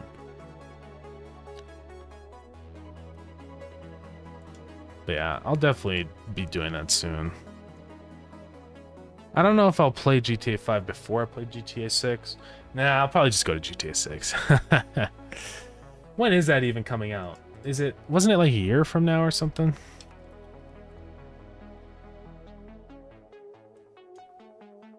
Upcoming? Yeah, it's like Q4, so it's a whole year away. Yeah. It's crazy that they launched that trailer so early. I mean, I guess it is a pretty big game, so. Yeah, it does have some inappropriate content. I never did play it as a kid, so.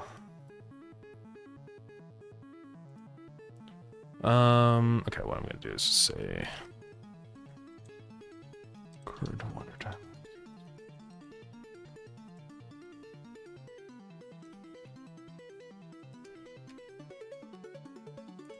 Then if wander, we're gonna say this.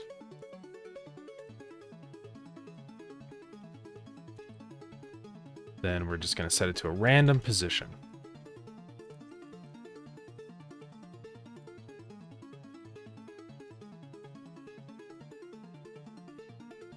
Okay, so that should all work now. I think I've done every GTA apart from Vice and 3 because I cannot play in that graphics. Yeah. I kind of like old charming graphics like that. Scary, watch out. I do really love like the look of PS2 games and stuff. Someday I will make a PS2/PS1 styled game. Because also, I don't know if you guys saw, but Godot also has vertex lighting per vertex. I think it's a new thing that they're working on. So obviously per vertex lighting is bad, but for if you're trying to make an old styled game, you can now do per vertex shading, which is really epic. So yeah, I can't wait to do that. I think it'll be pretty fun.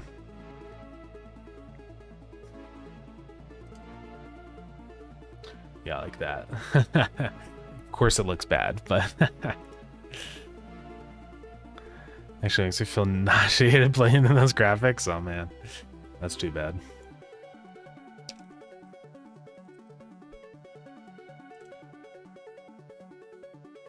I'm gonna set another thing too, which is like far wander radius, and that's gonna be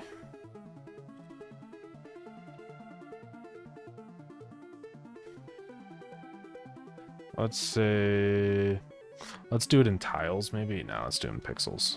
128. And then I'm gonna do this. And can I just pick a random position instead of a circle?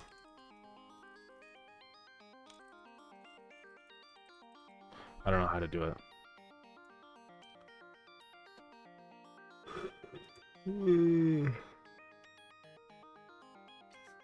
Okay, so you just multiply the radius. Yeah, that's pretty easy.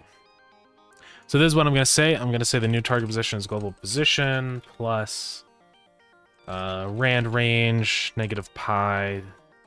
So that'll just give a random angle. And then we can say that times... Okay, so we're going to say this. Radius. Wander radius. For 2, wander radius 0. Dot rotated, randf range. So it'll pick a random position within a random circle. Okay. So let's see if this even works. I'm just gonna set the face in here. We're gonna say wander equals true on ready. And that's pretty much it. Now the only other thing that we have to configure is just the enemy settings, right? So stuff like the speed, all that business, right? I probably won't make them a required kill. Enable the attacking. I won't do that for now. As health bar. Yeah, okay, so we're gonna try that.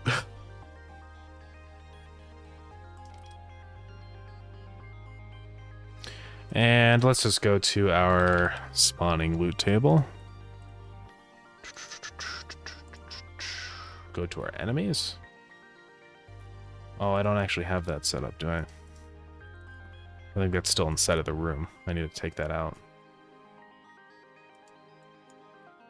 Give me that. Okay. Yeah, we'll get there. Let's go back to our loot table. So I'm just gonna break this up into different regions. So this will be... Oops. Starground. Loot. Enemy is 1-1.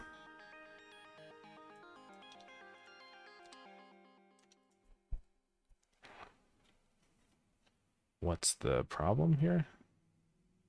Oh. So we have that one, and then we're also gonna do loot enemies 1-2.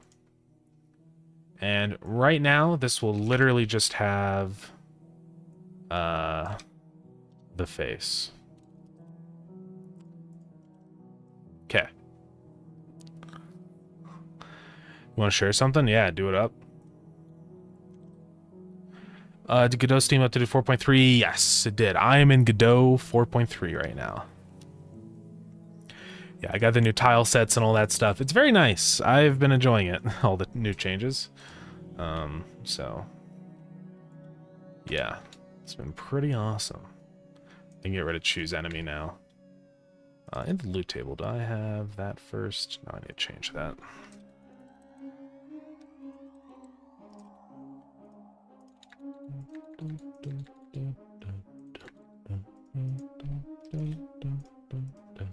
Okay. So now inside of here, what I'm going to say is for spawning in enemies.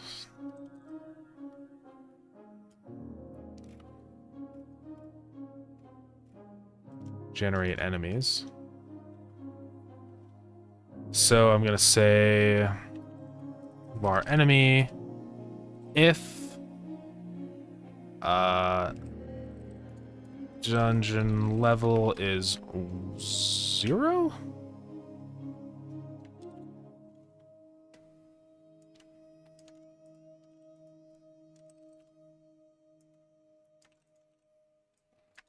So now what I'm going to say is instead of that, there's no choose enemy anymore. It's going to be mod API dot choose weighted loot, Starground, and that's going to be of 1. So what is it? Starground loot enemies 1 2. Is that what I said? Let me go make sure. Starground loot enemies, yeah. So now in the second level of the dungeon, it will just spawn in the funny guys. So let's go try it.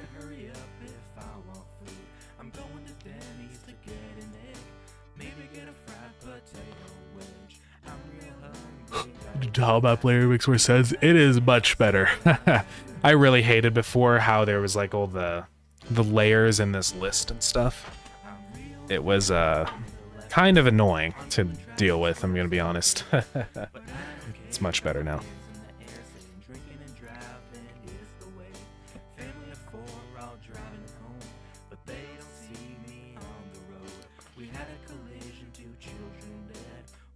It was annoying getting set up, not gonna lie, because I had to go through every single dungeon room in the game and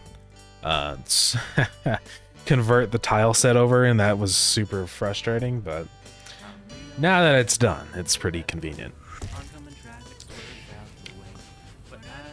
Okay, so oh, I did not mean to do that. Oh no. Every time I right click, it's dropping a bomb. Uh-oh.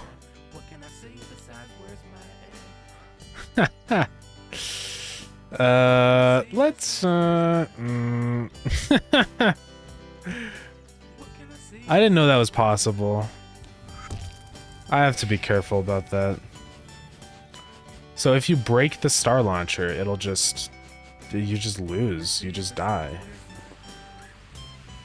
Let's take that Tesla core out. Okay.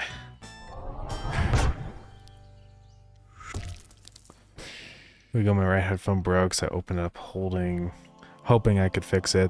There's one disconnect wire, I didn't have a soldering iron, so I tried fixing it with super glue. Yeah, that will not work. Fix the electrical tape by cutting little bits of it, or since I've been able to pull off many match MVPs in Valorant because I'm good like that. Let's go. Yeah, Tesla core, it's a new weapon component.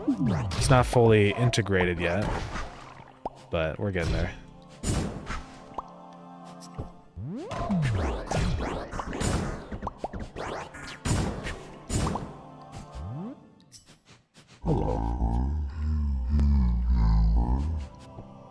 I need to fix the dungeons getting darker at nighttime. I don't know exactly why it does that. Right now enemies only spawn in the dungeons. I kind of want enemies to spawn on other planets that aren't dungeoning. So I'll probably get to that someday. But yeah, it's not gonna be for this update.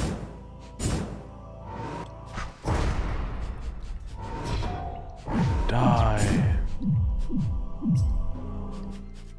Okay, let's see these new guys in action. Whoa. So they should theoretically start wandering?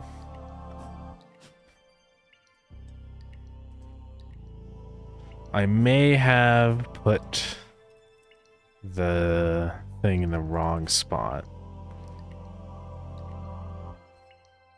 No, that's in the right spot. So wander should be true. I'm just gonna print current wander time.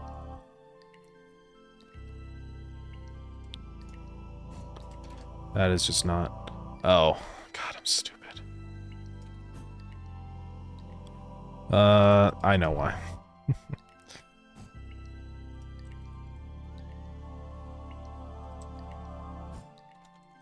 Forgot to inherit the events. Whoa, check it out. They're wandering? They are. They're totally wandering. But I need to make them stop freaking out, though. Right? because they get stuck. Like, they get to the position and then they just go... So, yeah. So right now they don't get angry if I walk into them. Actually, can I even hit them? Oh. He freaking died. What's his collision? He needs to be on just layer 2. Dungeons look great. Thank you. I appreciate that. Yeah, there's a whole nother... Yeah, the darkness. Okay, so these guys do kind of work, but they're a little funny, of course. I have to work on that.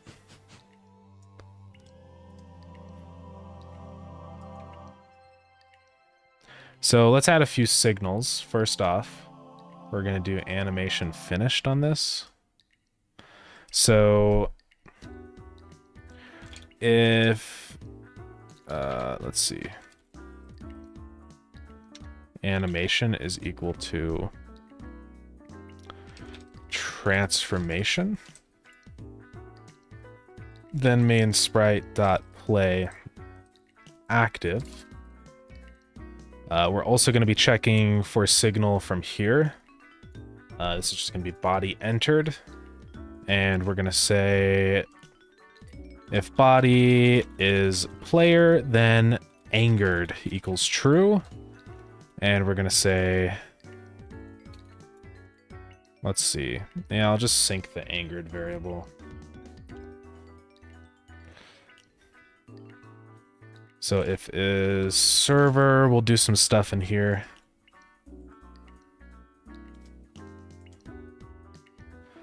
So angered will be true. We'll sync that variable.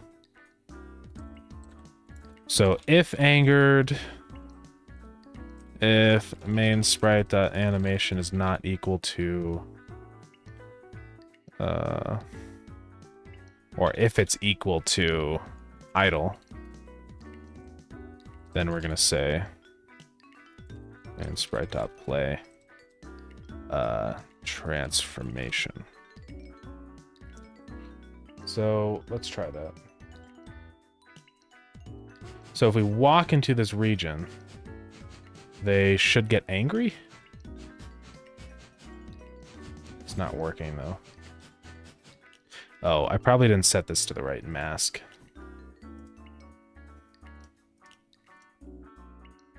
Let's try that. Nope. Let me make sure that that's actually being played. Right.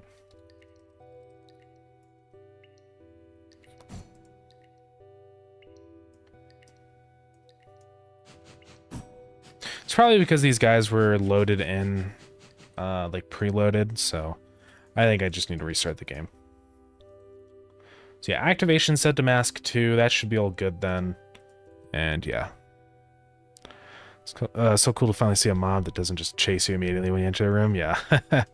I do like that because it's like kind of stealth, you know? You don't have to fight them. You can, but you can sort of sneak around. This is what I'm liking about this new dungeon level so far. Is it's just kind of a different way to play through the dungeons. It's not necessarily pure offensive, right? Sneaking is actually more of a real thing now, so. I think this should work. Yeah, let's just restart and make sure. You know, just to make this easier, I'm just gonna spawn these guys inside of the other dungeon, right? Temporarily. Because it's kind of annoying having to go through the dungeon to test them, so we'll do that.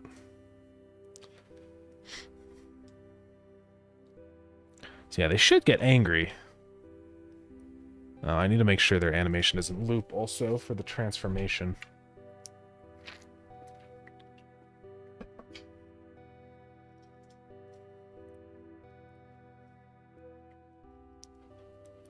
Yeah, I need to fix that right-click thing.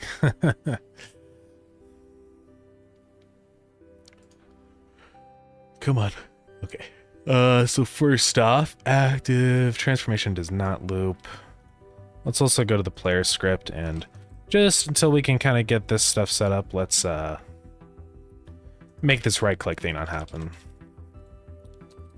What is it? Tool action, secondary. I'm just gonna not run that for a minute.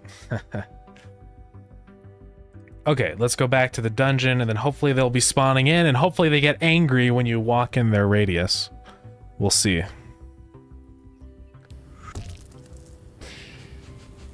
So when they get angry, they're just going to swap their animation, but we can also change their pathfinding so they go toward the player instead. So they are not getting angry. No. What's in here? Okay, don't worry about that. So I wonder why. So this is set on body entered. The collision shape is set as a big circle. Let's just print this and, you know, check. The mask is set to 2.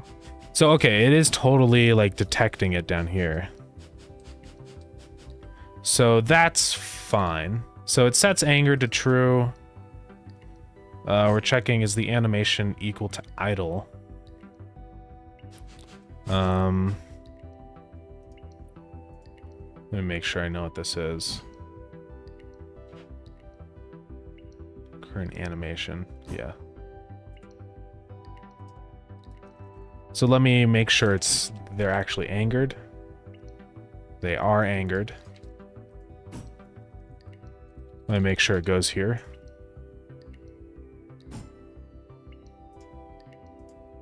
So it's not going there. So the animation's not equal to idle? Oh, it's just called default. Okay, we'll probably see this happen now. Oh yeah, they turn to the scary ones now. Yeah. Okay. So that guy's already angry. I don't know why. Oh, he went through the door. Why are they all angry? See, now they do work properly. Yeah, I have to fix the weird stuttering. It's not a big deal. So why are they activating so easily? Yeah, they definitely need to be faster. I can just increase the speed in here to like 100. Or actually, we'll keep it like kind of slow. So we'll start with 40, but then if angered, we're going to say speed is 100, so they get faster. And then we're also going to say then in here, if that, we're going to say wander is false, and we're also going to say, yeah, that should be fine. So you can see now when they're angry, they start chasing the player. Oh, I also need to set their collision to collide with other ones of their kind. Their lights are also set to add, which looks really bad. So let's set that to mix. And then also if they're angered, we're gonna set their light to red. So RGB like that. Whoa. That's interesting. I might have to keep their lighting mode on add.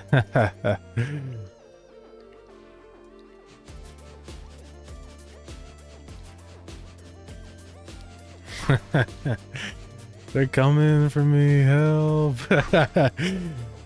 Welcome back. Yeah, so the enemies are in the game and they're working. I'm just kind of working out the kinks. Ooh, he got angry. He got angry. The light is not under the sprite, I don't think. No, it should be above. Yeah. So it'll light up that sprite also. I kind of want this to lerp though, or do a tween. So, I think I'm actually just gonna do this. I'm gonna say func start angered, And then I can make this an RPC. And I'm just going to say in here, start angered.rpc. Then in here we can say angered is true. And then we don't have to do this check constantly, right? Speed is 100. Set the transformation animation. And then I'm also going to create a tween. So get tree dot create tween. Let's see, our tween is that. Tween dot property. So it's going to be on main sprite. We're going to change color. And it's going to move to this color with a time of 1 second. So that should look pretty cool now. Also, I think in here what I'm going to do, speed will be 0, but then as soon as the transformation is finished, then speed goes back to normal. Right. Which is 100. So they'll kind of stop in place when they're transforming and then run after you. So let's try this on a new guy. Let's kill all these. So let's go up. Oh. So it didn't work. I don't know what I did wrong. The tween property color does not exist. Okay. Oh, I did main sprite. I'm stupid. It has to be light. Light should be mixed first, then it'll be add when it's angry. We could do that, actually, yeah. Well, it's kind of hard to do that. Because it won't be like a nice smooth transition. So I think I just have to keep it on add.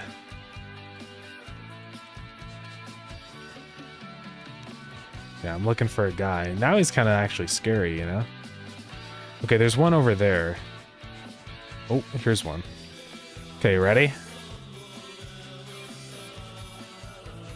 Oh, it didn't activate. I think that one's broken from before I made the change. Ooh. Oh, he started moving and then he stopped moving? That was weird.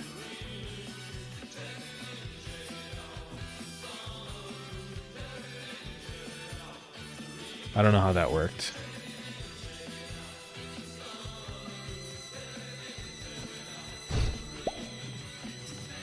Actually, on my face, yeah. There we go. That one worked properly. Yeah, we can see what it looks like in the dark. I don't know why sometimes they just stop.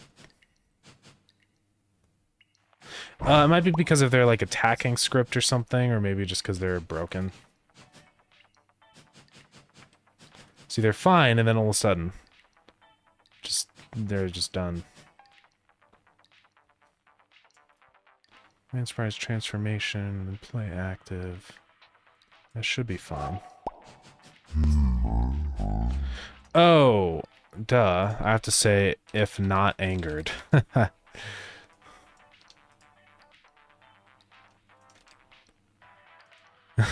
There we go. Because what was happening is it was running that again. Okay, here's one. Yeah, I can show you what it's like in the dark. He gets angry, and then he starts running after me. Yeah. And they don't ever stop, so they'll just keep running. Obviously, they need sounds, like big chomping sounds, you know? Yeah. But they're getting there.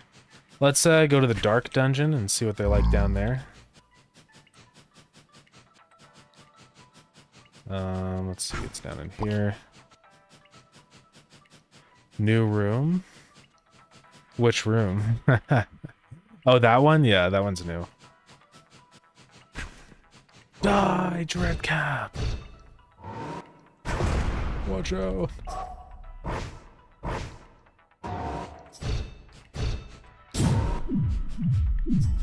Okay. Into the darkness. Ooh. Here we go. Oh, there's a chance shrine. No, thank you. No! I spawned on him.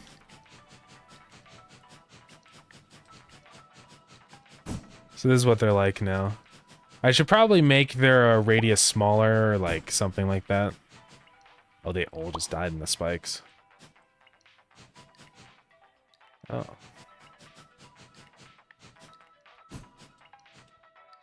Oh shoot, I didn't realize this was a boss room. Let's kill this punk real quick.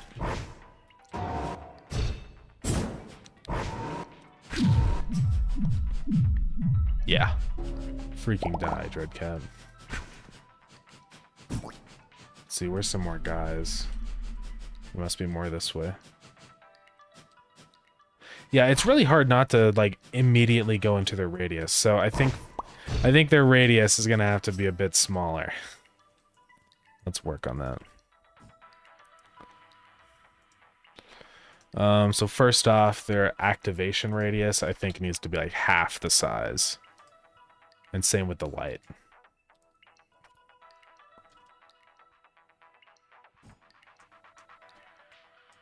Okay.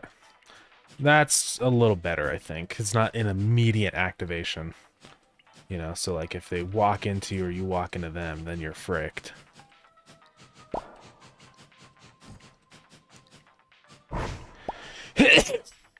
Okay. I'll probably make the color it goes the same as this, which is just a little different. Just so it's not in an intense red like this. So I'm just going to replace this with color.hex, and that's 0x, that FF, or alpha. You have the ability to have the dagger build and lightning script. Oh god.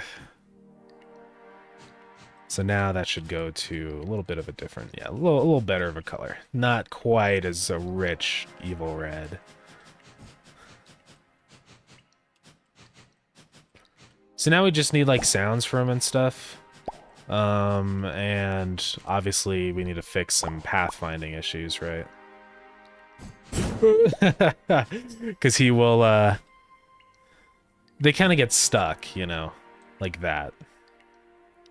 So that's just something I need to bake into the enemy script, which is basically like, if you're close enough, don't move anymore, right?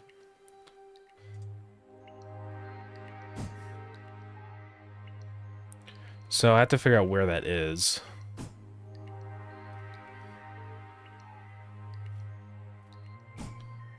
In attack. It's like somewhere in here. I think it's here. Or something. Where do I actually stop updating it? I think it's here is where I actually do it. So all I have to say is just if you're close enough to the target position, stop. You know, stop moving. So we're just gonna say if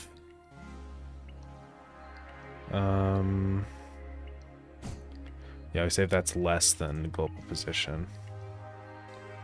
Okay. Really on that one I should do X, right? Yeah.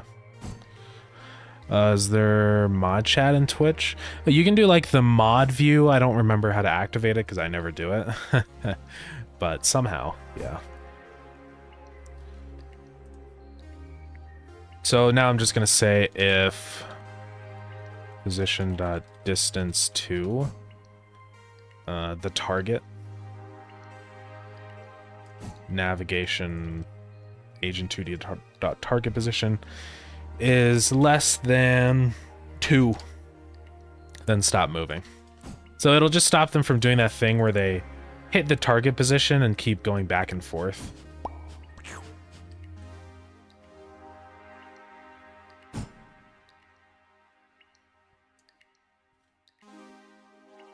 So that should be working.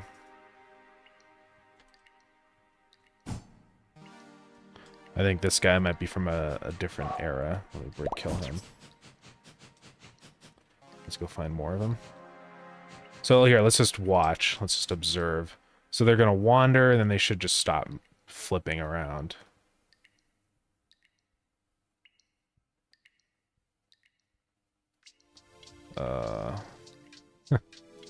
Interesting. They're just not moving. I wonder if I use a remapping res, if I could place mods and folders and then just use a custom load preload call. So like you're talking about that one function with the resource dot takeover path, like that thing?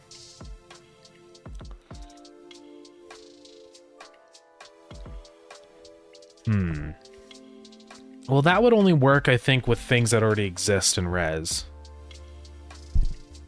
Right. And I think it's for a resource. So the problem is that in order to call that function, you have to load something first. So I can only do it like that, and then I'd say .takeover path. Right. So I don't know if that would really work.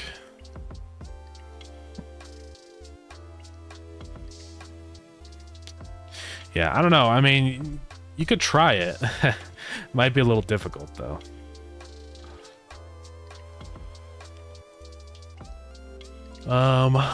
Let's see. What do I need to do here? So they just kind of don't move. I don't know why. So I'm going to make this better.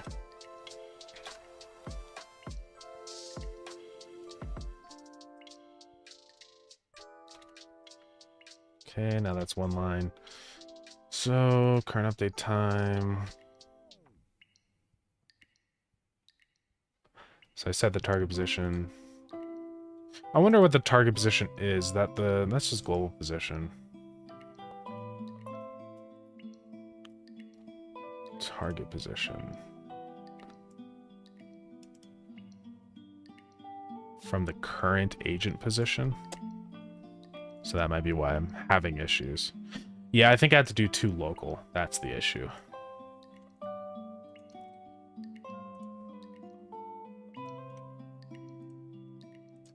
Let me try that. Or something. Not to local, no. What is it? Well, here, let's just print out what these target positions and stuff are.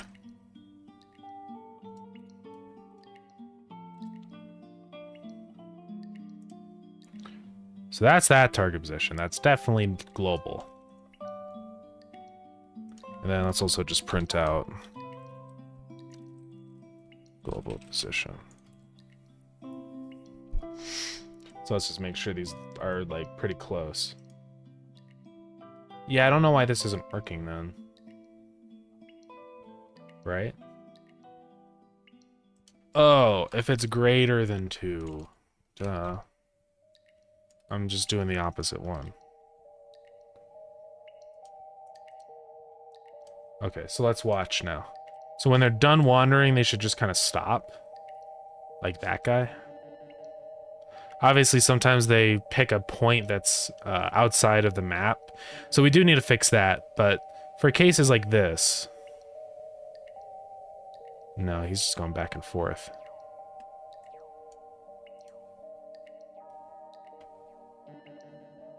I think the reason is because we have to say else velocity is equal to vector 2.0.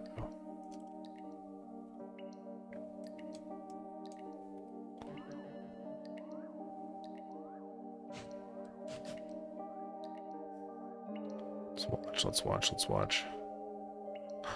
Yeah, that seems to be working.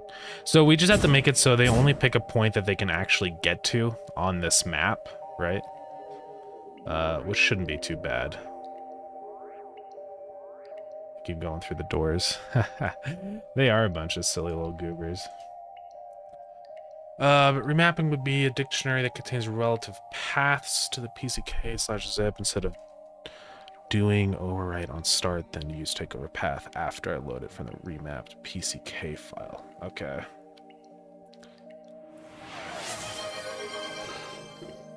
Yo, hydrate. Thank you. So what's up, TK? Mod loader would need to be moved out of global and its own location in order to use certain things like add child from within the mod.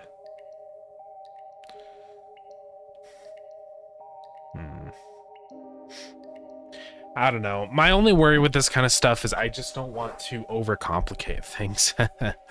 You know? I'm not sure exactly of the mechanics of how you would get that working, but I think the big thing that's important is just making sure that the actual modding part is still easy. The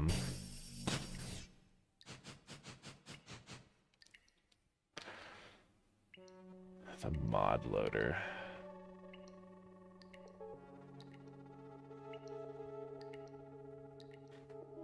Well, yeah.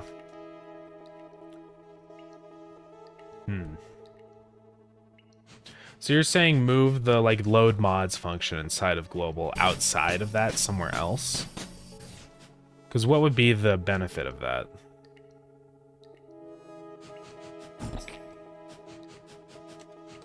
He died.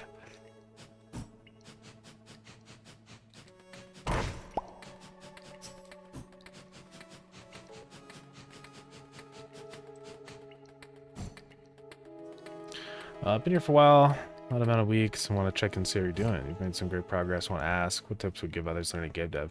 Yeah, thank you so much for that. I appreciate that. Yeah, I'm doing good though. Yeah, tips for game dev stuff. You know, I always say this one, but it is true. Just have fun. Fun is a very great motivator. When you're having fun doing something, you're gonna want to keep doing it. And even if it's something that's productive, if you're having fun, you're going to get a lot done, right? So that's always the most important thing.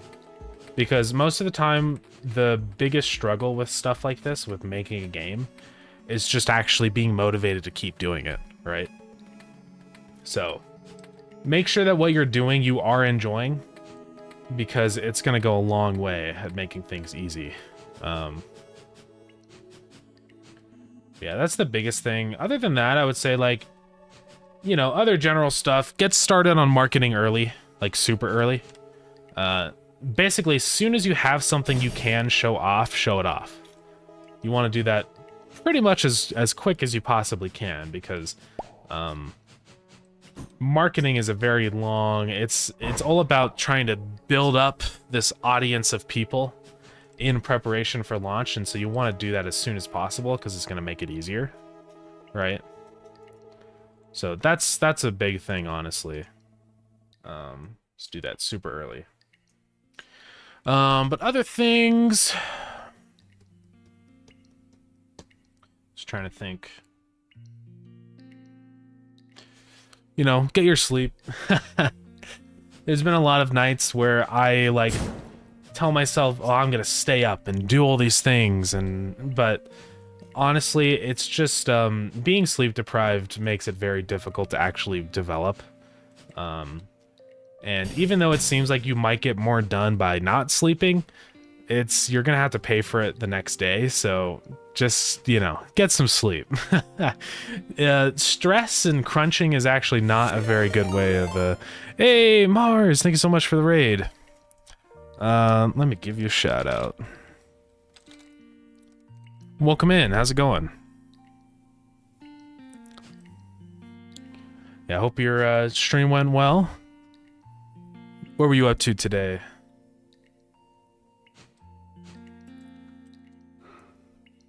Yeah, I've been just working on Starground today. I'm currently working on this new enemy, which has been kind of fun. I need to work out some pathfinding issues, but we're getting there. So yeah.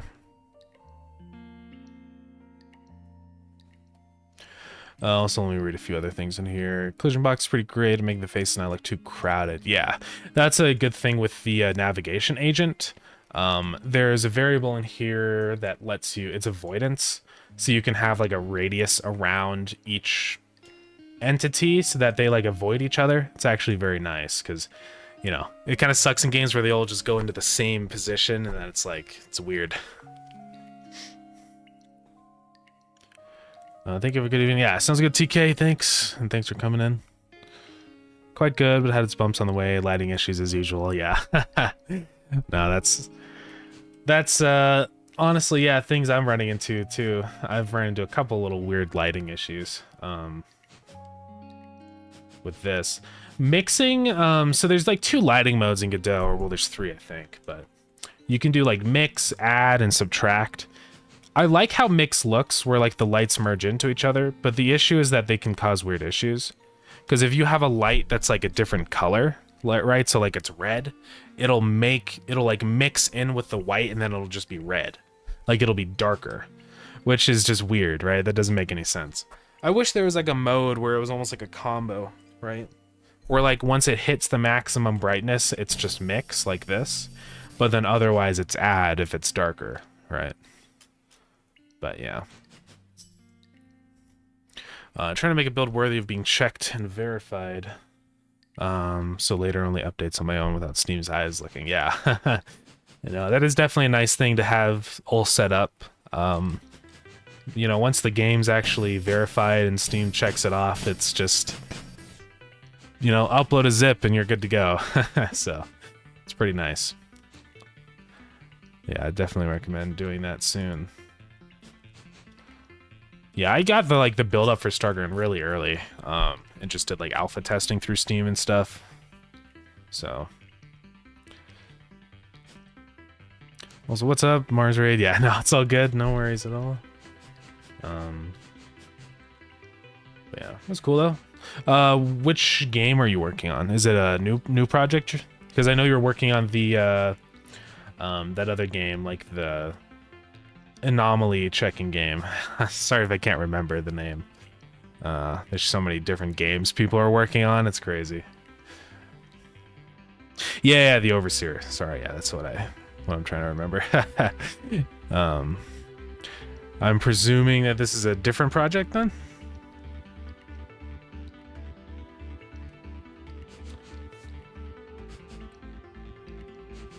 Really focus on the second one of the series. Ah, okay, nice. That's awesome. Good stuff, yeah. Yeah, I've been just working on these new enemies in Starground today. These guys are called the Face. So they just look like a little ghost guy, but then when you walk in their radius, they get angry at you. And then he died in the spikes, but yeah, you get the idea. Then they start running after you, trying to kill you, so. Yeah, I like how they're turning out so far. I still just have to fix some weird pathfinding things, because they will, sometimes they get like stuck in a wall and then just vibrate like this, up and down like that, right there. So I need to fix that. I have to figure out what I want to do for that. One solution is just to make sure that the wander spot that they pick is like something they can actually get to. But yeah, I don't know. I have to think about the best way to do that. Because this is just saying if you've basically arrived at your spot, then just stop moving. Right. Which works fine. And then this is where we actually do the wander stuff. So this is like... every time wander time hits 0, it selects a new target position. So right now this is just literally within a circle radius, which works okay, but the issue is that like there's a lot of cases where it's scary. Let me grab this. So there's a lot of cases where like there's a wall, and then their circle radius is like here, and then they pick a point over here past the wall, and so. And if it's like in a spot where they can't pathfind to, you know, like this, there's no way they can get here. So they just kind of run into the wall and get stuck, right? So I have to fix that. I don't know exactly. There's a couple ways. So the first way is to just pick a spot on the tile map that doesn't have collision. So one of the open tiles. But that's not super flexible for every environment, because not every environment's just going to be a straight up tile map. So, I don't know. Maybe there's a function for that in the navigation region. Because I feel like that's a thing that you'd want. So let me see. Like you could pick a point or something. So what's the ratio of new stuff to bug fixes after the release? I'd say it's maybe... It's hard to say. I'd say 30% bug fix, 70% new stuff. Honestly, I haven't really had to fix like a whole ton of bugs, which has been great. Most of the bugs that I do have to fix are usually just very tiny stuff that takes me like 2 seconds to fix. So the actual development time, I would say, is way more toward new stuff than just bugs. So yeah, it's not bad actually. I thought there would be more bugs people would run into. There's only been like one major bug that I fixed right away, so that's been good. But yeah, modding support has been like a big thing recently that I've been working on, and that's a challenge. You know, there's a lot of things to take into account with that, but so far it's been going well. And yeah, there's still some more changes I have to make with that to get modding kind of ready to go for everybody. It's up on the experimental branch right now, but yeah, still need a little more time. Yeah, I'm just looking here if there's any like function or something like that to help me with getting a good position or something. Yeah, there's like, is target reachable, for example. Right. So that's a good one to use. Basically, we can just keep getting positions until there's one that's reachable. So that's good. Oh, we can do is target reached?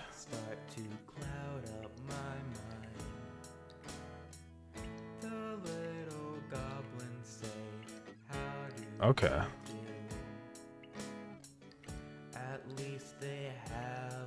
Interesting.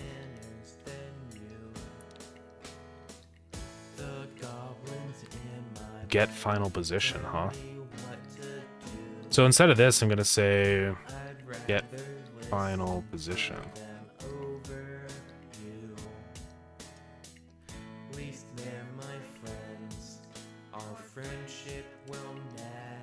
This is a part of navigation agent, right?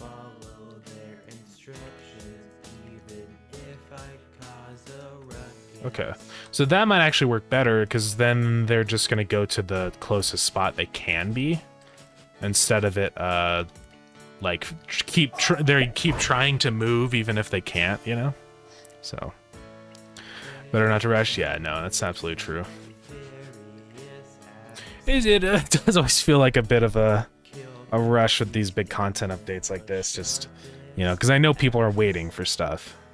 And I want to get it up as soon as possible, but yeah, it can be really hard. It's very taxing, I'm not gonna lie.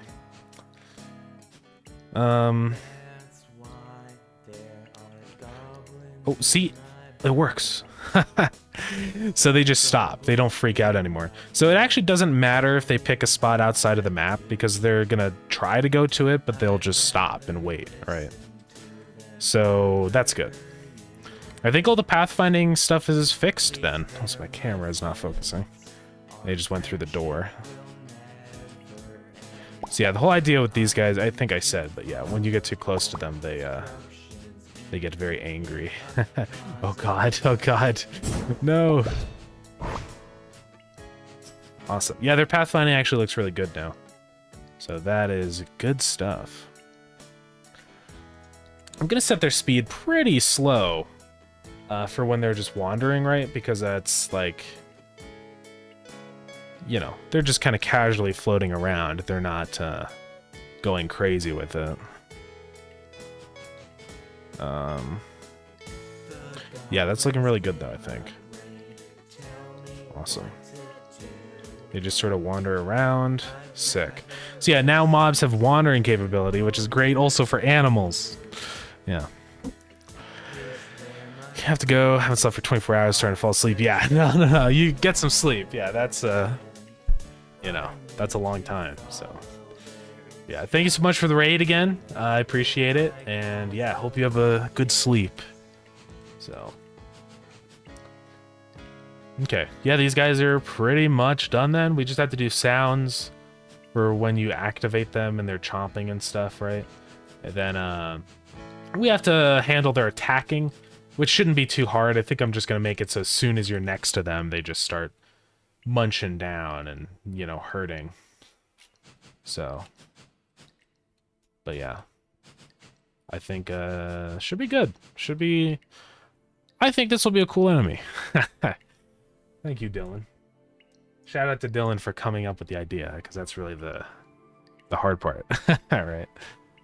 This is also cool too. If we have time today, I'm going to try and implement this also. This will be maybe a little bit more complicated. We'll see. I don't know.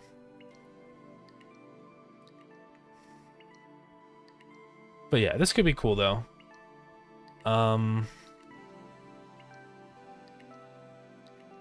So I guess this enemy would be not directly attacking you, so this enemy doesn't attack you at all.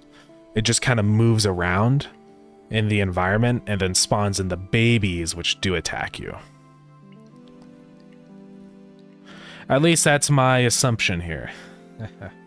Yeah, lots of new mobs. I want there to be new enemies for the next level of the dungeon, right? So I think it's important. Then there's also these guys in here. There is this bee guy. I don't know if this is a... like an enemy or what this is. Maybe it's not an enemy, maybe it's a good thing. So yeah, we'll see. No, Ash baby. Oh man. I do like this mirror board. It's very fun. There's a lot of funny drawings around here. I know you guys have seen this stuff so many times now at this point. I have too. It's also these ideas for different slimes. It could be cool if the top layer of the dungeon is like slime stuff. There's also all these ideas for different mushrooms, right? So maybe I'll get around to that also. I think this is all good stuff for the very top level. So the idea right now is that there's 3 levels in the dungeon, and that's gonna be down here. So there's this top level that's kind of like outside and bright and stuff, and you know, that's gonna be that's not in yet. The lab now is here, and then we also have the regular dungeon, right? Not the lab. Oh god, they're all angry at me. So yeah, that's the idea. So yeah.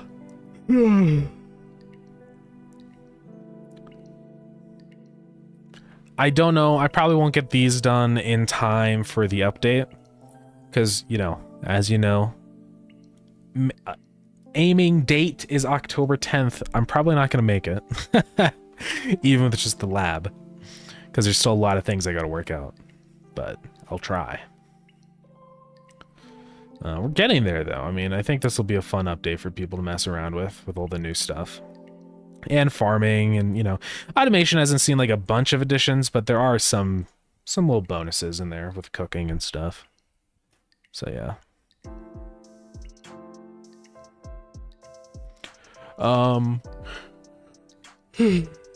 But yeah.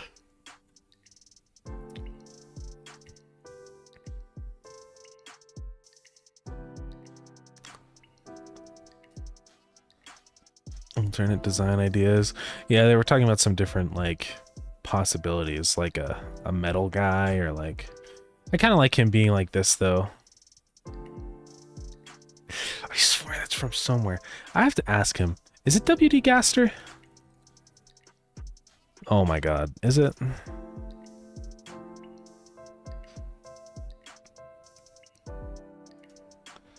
It may be WD Gaster. I'm gonna have to ask him. I don't know.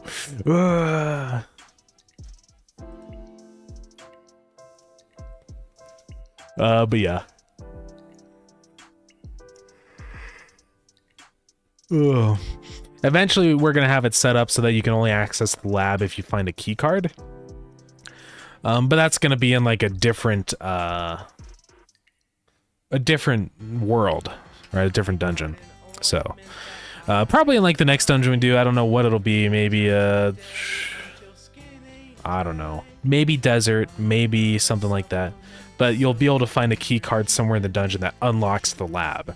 So the lab is not necessarily a direct continuation of the regular Enceladus dungeon. It'll be kind of a, you know.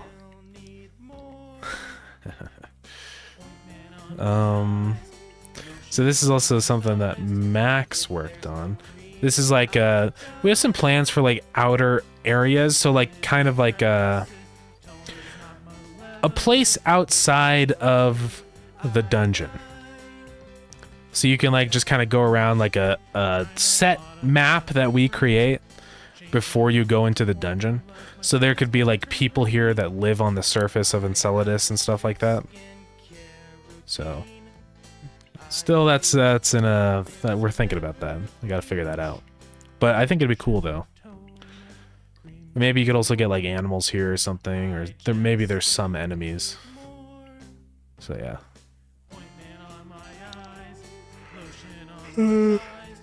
But yeah.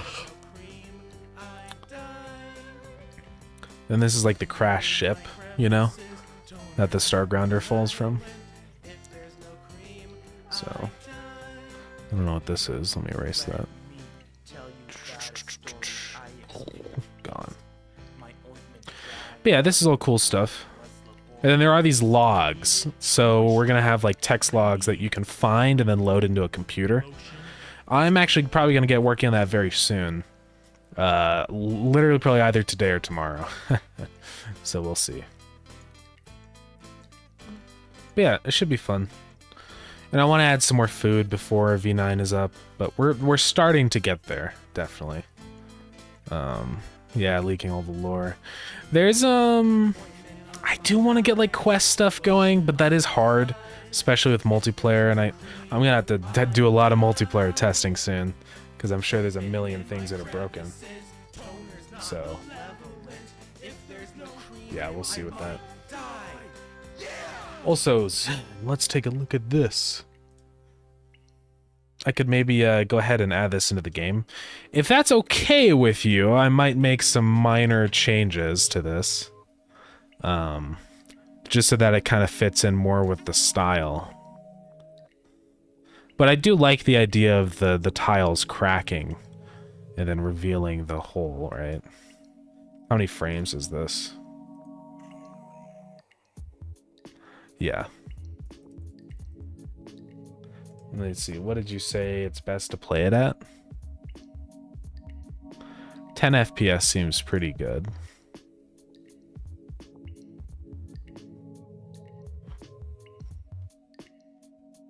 Eight FPS, okay. So yeah, I do like this. I just think there are some changes I would make. I think some of the things that I see immediately is the fact that like, so you have some chunks fall down here. I think more of that, right? So I like how the chunks fall, but like here I feel like we're missing those chunks falling. Like there should be chunks from here falling in, but they just aren't. So I think I would like to make that change. I also think in like just some areas like this, there's just a you know, too many different pixels, too many colors. Yeah, no, it's totally fair. I mean, yeah, but this is a great base, of course. I would like to use this as sort of like a frame of reference, right? And yeah, if I ever change stuff, know that it's not because I don't like your art. It's just that like it's important to me to have things fit in with the style that I draw in. So it's one chunk falling on the bottom left.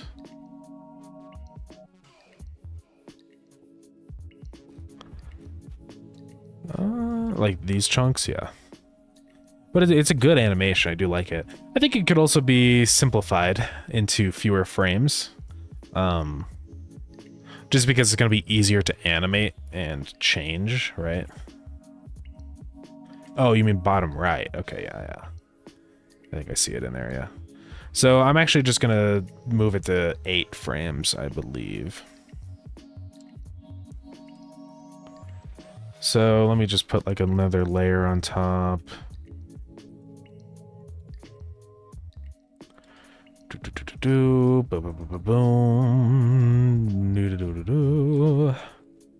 And then I'm just gonna kind of take this and use that as like a, you know, for the final frame. And then first off, I'm just gonna kind of clean this one up. I'm actually just gonna nuke all of these bits. Actually, I think I'm just gonna do this. It's gonna be easier. Let me go get the whole sprite.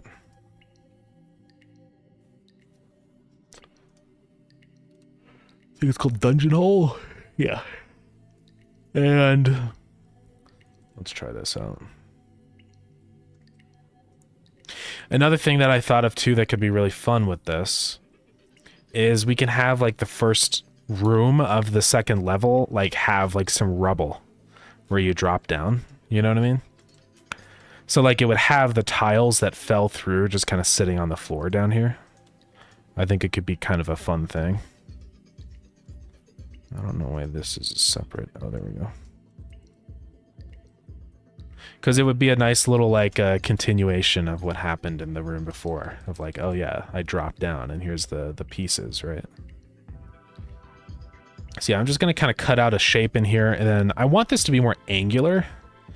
The thing with how tiles crack is they crack in straight lines, you know what I mean? So like if there's going to be cracks and stuff in here, they're going to be very angular. I think that angularity also just looks good in relation to the rest of the sprites in the game. So that's another part of it. And I like how like this looks with like...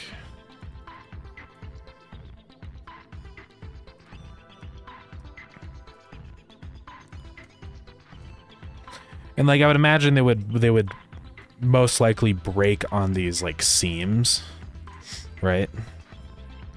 Between the tiles.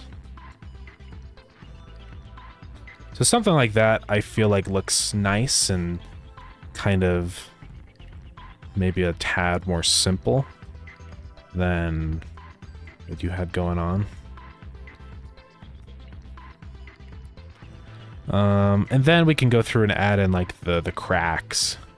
So like here would be like a crack.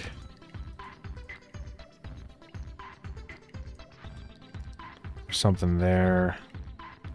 Just kind of around the place. Also, we have an ad going on. I apologize.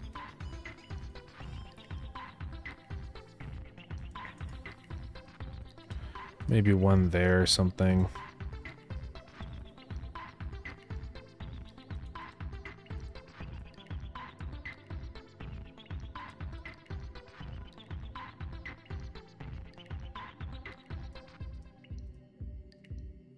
Something like that, I think, looks just kind of nice and, yeah. Alrighty, so I can merge that layer down. And then now it's just a matter of transitioning from this to a completely unbroken one. So I always like to kind of break it up if I can into, like, stages. So like that stage will be completely unbroken. So we have like, this will be like the middle stage.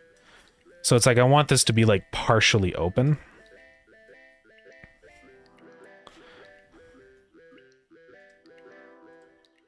I think here too, I want like this is where I want the pieces to be falling down in.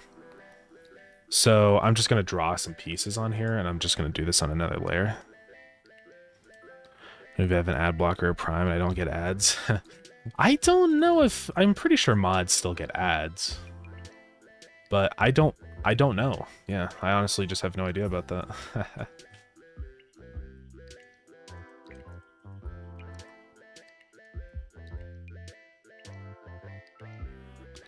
So yeah, I'm just drawing in the chunks that I want to fall off.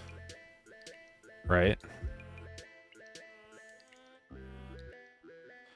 And these are going to be the ones that like fall down into the center. And I'm basically just going to do the same thing over in the beginning too, right? And that's how we're going to break it up into, and like how we're going to animate this. So it's like these ones are this stage, and then the ones over here, they're going to fall down. The ones that aren't these ones, right? If that makes any sense.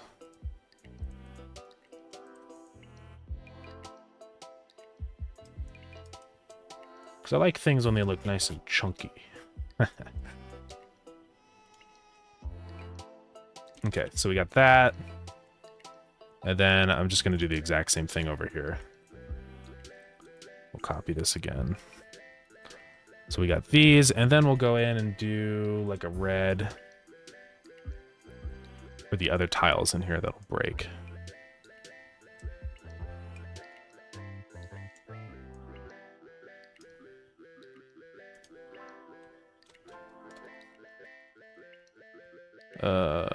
Yeah, that goes there.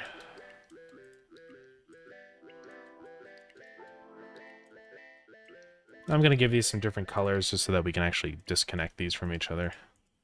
So it's not all just one piece in here. Kind of just break them up into where I see fit. Like that.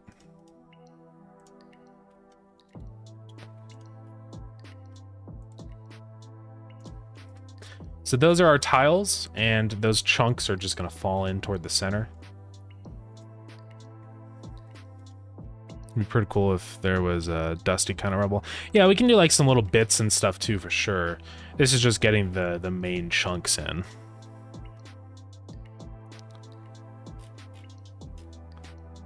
They should also break on the tile edges. Oh, you mean like, yeah, I could modify this first one a little bit to be on the edge, right? Like there, and then we can break it up like this.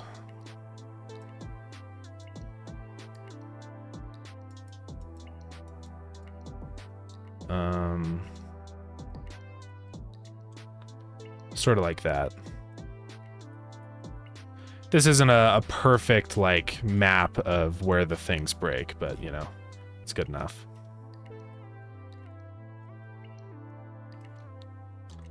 So now this, I'm just going to copy this base over and over and over. And then we will now animate this falling in. That should be there. So on this frame, they're basically going to be completely like fallen in. On this one here. So this one is going to be like the start of the fall, and then this one will be like midway. You know. So we'll just like take each one and just like shrink it and just have it kind of like down in here, like it's fallen in. Probably won't shrink it that much, but you get the plan. Rotate it a little bit. And then this one will kind of like, you know, it's falling in, so it'll go like that. Same with like this, so like it'll be like that. Then this one is facing us, so that'll actually probably expand a little bit on the vertical axis. Then this one will be kind of like rotating in. Hey, military, what's up? How's it going? Making a bag of chips? No, this is not a bag of chips. This is like an animation for the floor breaking apart. It'll make more sense in 1 minute.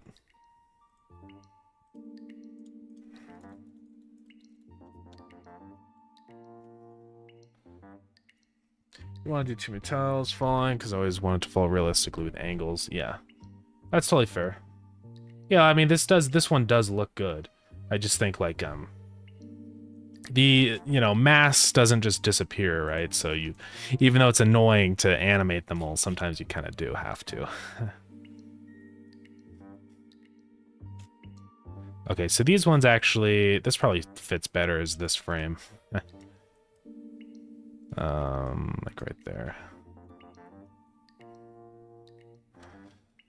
And then we'll do another one. And this one will just be like tiny little, like, you know, glints of the tiles. It'll be basically like they're totally gone.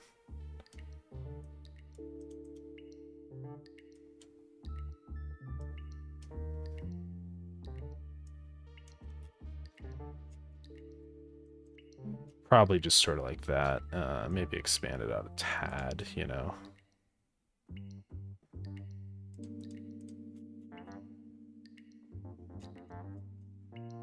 Maybe like this one could be a little taller, you know. Just so it kind of looks like it could be just the darker shade. I could, we'll see what this looks like first when I actually animate it. But yeah. So now these ones, like in this frame, they'll be dark.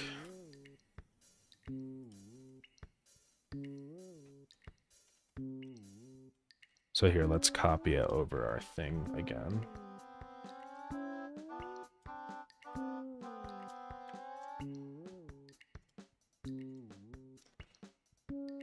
And this will probably look pretty terrible at the beginning, because it always does, but we'll make it better.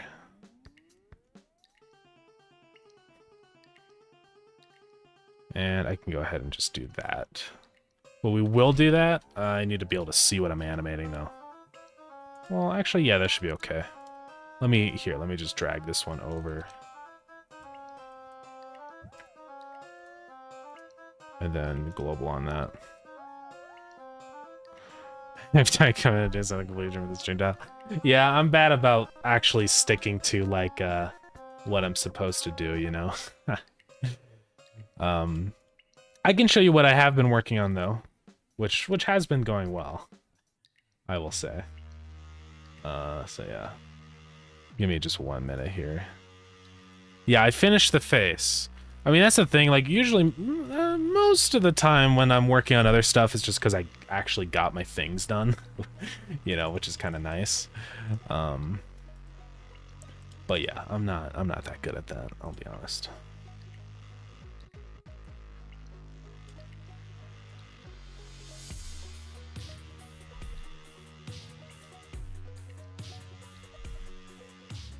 This probably won't look very good in here, but...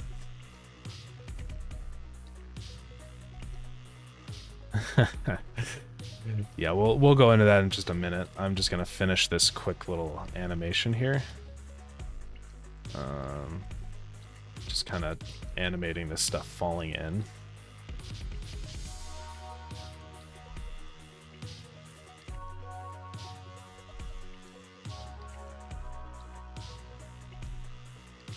And like this could kind of be like separated, same with like here. And this will be sort of like...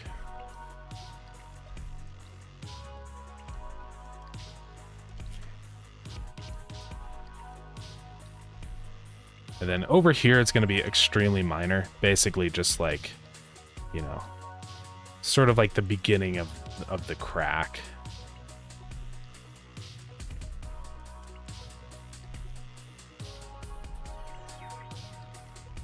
And that should be good, and then I just have to color everything in. So let's do...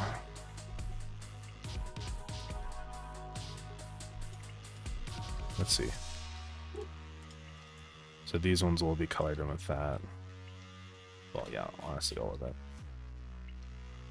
And this one could just be an extremely slight, like, you know, maybe the first initial little crack.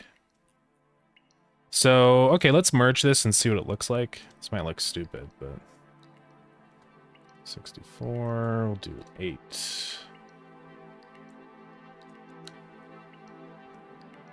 So yeah, there are changes I definitely have to make, but... I mean, we're getting there. Is this doing this weird or something? How is it playing all of that one? I guess it just doesn't. Okay. It's a more efficient way of animating, to be honest. It took like an hour animating mine. Oh, yeah.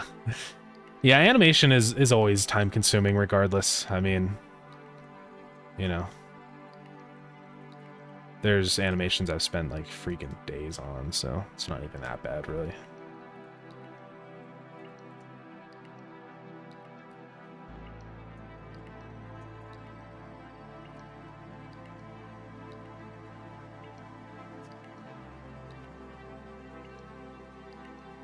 Okay, so really the thing is like these tiles, it's like they need to start falling here. Right. So let's grab... First off, I need to make these cracks like not really here yet.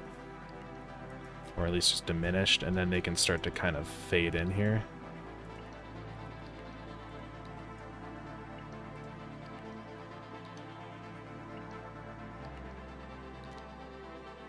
If you want to look realistic, I might finish one pizza slice at a time.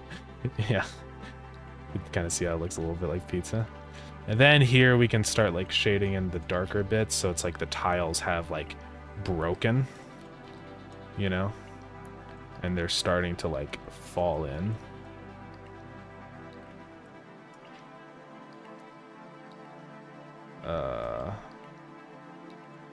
Around here.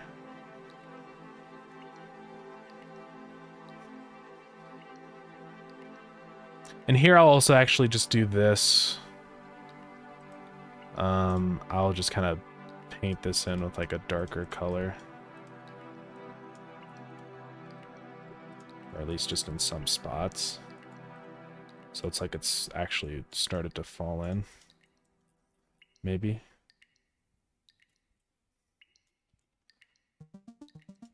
I do also have to like kind of modify these. So it's like...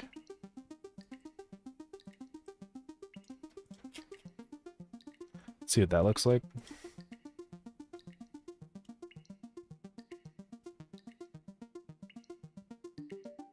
It's not terrible. I don't like this frame. This frame needs to be changed.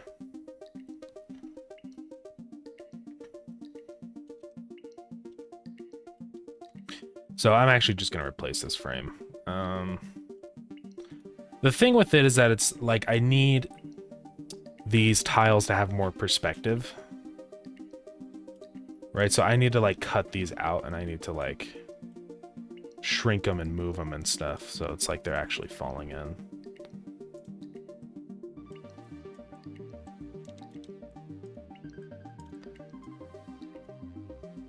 And this should help. But just very subtly, you know.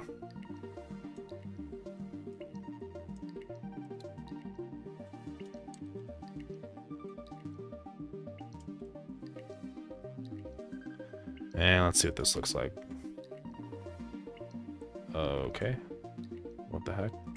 Oh, it's because I'm on a different frame.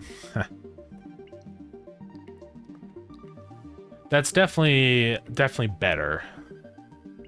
Like, the tiles aren't so static. I don't think I actually like the black pixels here, because it just looks weird. I'm gonna select all those and replace those.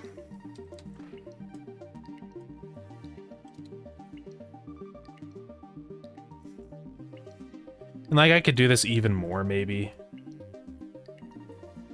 Oh, and these have to also kind of fade out.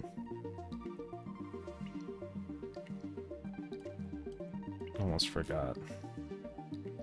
Same with like this one over here. And like we could also add in some little bits and stuff. I think that could be like another just little good, like different rubble pieces like you were saying, Zen.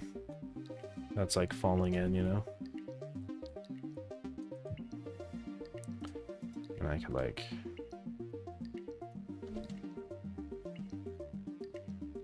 Or maybe we have like pieces break off from the big pieces, if that makes any sense.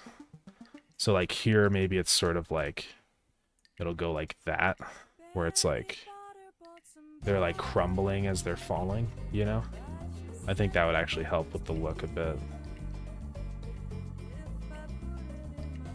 And then, you know, over here, it's like totally broken up into pieces.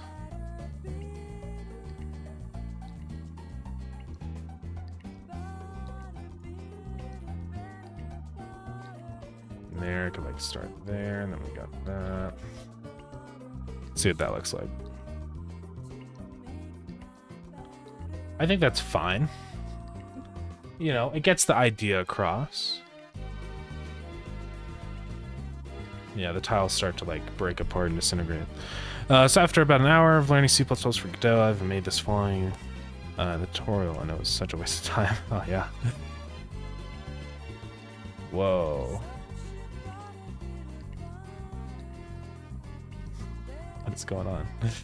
Why is it stretched like this? Look at the logo. It's moving around.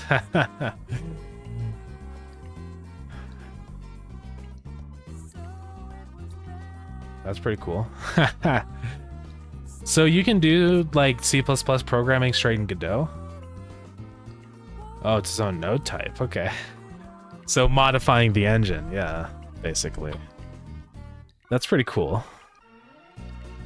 If I knew C++ better, it would be fun to like actually change stuff, but I'm not good enough.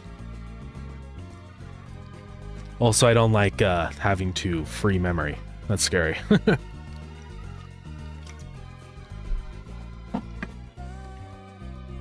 It's not that bad. I did that a bunch in with GameMaker and stuff, but yeah, I mean, I'm sure it's probably different working with something that already exists. You know, like Godot is a pre-existing thing, so I'm sure they have like stuff to make that easier. But I'm actually gonna go through here and just do a little bit of, you know, like where the tiles are cracking, it like starts to kind of expose the stuff underneath. Because then when it's over here, it just looks better. Let's see. Oh yeah, I think that's pretty much where I want it. You know, it kind of cracks open and all falls through. So yeah. Yeah, I know you said that there's a darker color at the top. You're just talking about like this color right here, right? Yeah, I haven't used that. I could use it, but honestly, I don't think it needs it. The only spot I'd maybe use it is in here. Like for that. But it's pretty dark. I do have a color like that. Wait a minute, is this not the right? What is going on? Let me check on something. Oh. I didn't use the palette for this. Yeah, well, too late. But I have this color. Or what is it? Not that color. It's only a little bit darker. Well, since the palette isn't even being used, let's just go wild.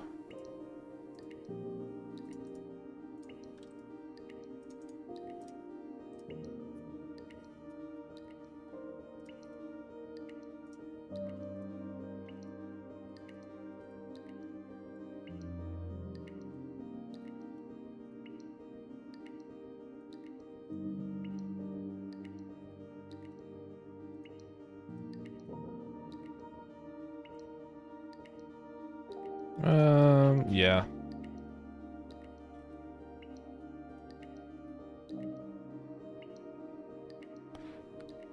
I was hoping it doesn't look off on the floor.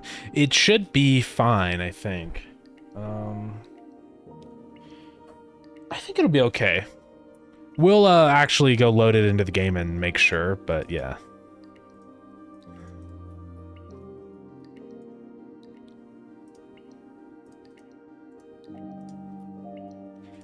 I'm just kind of anti-aliasing the edges of the tiles falling in. It's anti-aliasing, you got to be careful, because it can start, if you do it too much, it starts to make things look blurry, which is not a good look. Yeah, so now that stuff all falls in. Epic. I am still alive, thank God. I haven't died yet.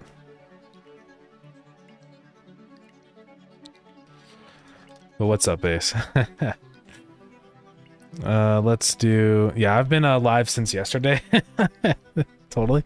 I've been live for, you know, whole day. It's been about 23 hours. No, it hasn't. I wonder if I'll ever do a 24-hour stream. I think I would literally go insane, though, you know?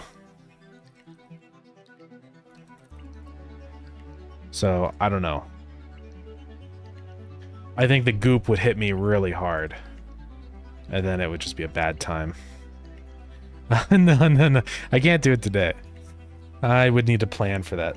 Also, do you see these little goobers? I don't know why their thing just stopped working. So here, let me find one that isn't active.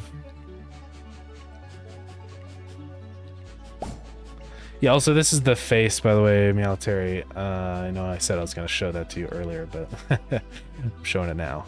I think they all died. It's funny because they just wander around until they hit a spike and then they die. So here, let me reload the dungeons.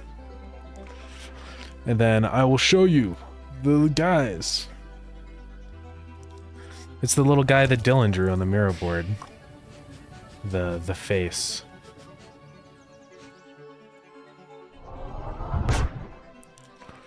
Yeah. You know what? Wait, before I do this, I'm just gonna go change the dungeon hole. Right? It's just gonna be easier to do this now and then make sure it looks good before, yeah. So I'm just gonna set this. This is gonna be changed into a animated sprite 2D. Give it new sprite frames. I can't do it. And then dungeon hole breaking. Breaking Bad. It's a good show. Okay, so that'll crack open. That's way too slow. Let's go 10 FPS. We go 8. 8's the magic number, isn't it, Zen?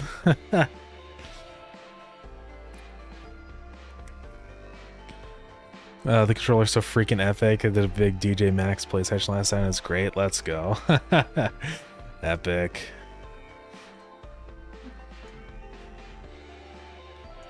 I don't know why it just like stops right there for a minute.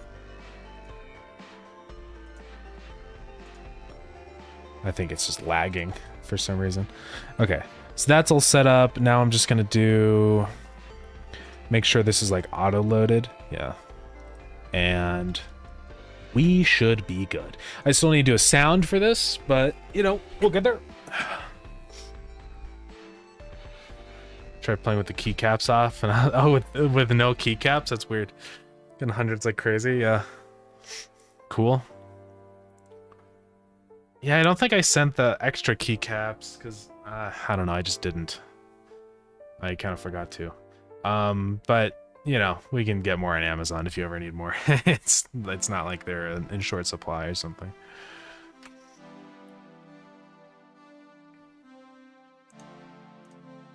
Okay, time to show off all the stuff, including the new animation in game. Spray my keycaps white. Maybe. They already are white. The ones on his controller, so.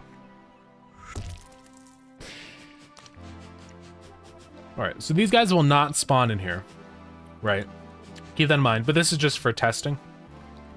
So this is what they're like in their idle mode, right? So they just kind of randomly wander around, and they're vibing. But then when you get too close to them inside of their little light bubble, they get angry at you, and then they start chasing you through the dungeon.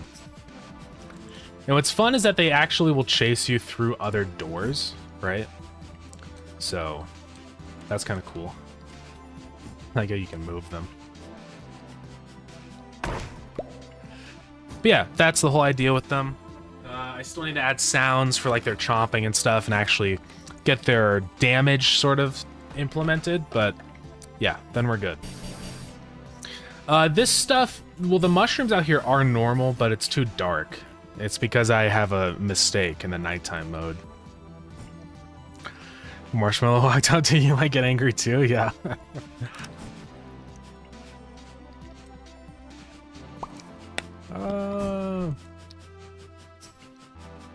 So if you like panic, you can accidentally like activate a bunch of them, you know? They die in one hit right now. Oh. The angry transition should be faster. I can easily increase that. Let's go to the face. And then I can just make the FPS on this faster. So this is how fast it is right now. So I can make that like 8.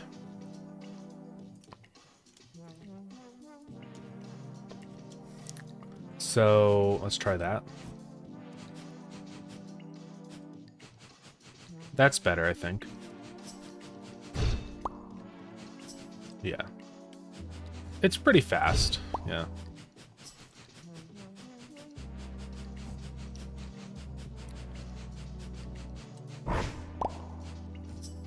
Can they chase you through the halls? Yeah. No running in the halls. Watch this. I'll get a bunch on me. And then... they'll come through the doors and chase you. So, yeah. You kind of don't want to get a bunch of them on you. Because it's not like they're going to stop. They're going to keep coming. So, yeah. Yeah, Baldy. Yeah, they chase you one by one. I like their pathfinding. I think the avoidance is actually really nice. How they don't all just group up on top of each other. I'm glad about it. No, wait! Snooze the ad! No! I didn't do it in time. An ad is starting, but it still took my credit.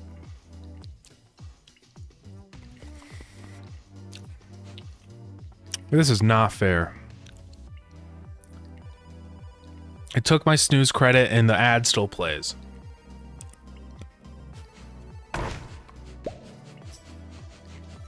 What a load of malarkey. Imagine I actually like broke the ad, and we just don't get ads anymore. Heyo. Freak it prime time, let's go. I'll do the confetti for you. Thank you. Because right now I do get the money from Twitch, so thank you. There's no one. No. I hope not. It's actually taking a very long time to start the ad. Maybe it is okay. Let me refresh my my thing. Oh, we're fine. Okay, so it did snooze the ad. Whew. Thank God. Alright, so yeah, these guys are done. The next guy is the spider guy. So we can try and see if we get time for that. But let's go to the boss right now. And, you know, make sure. So we're just gonna watch down here for that door that opens.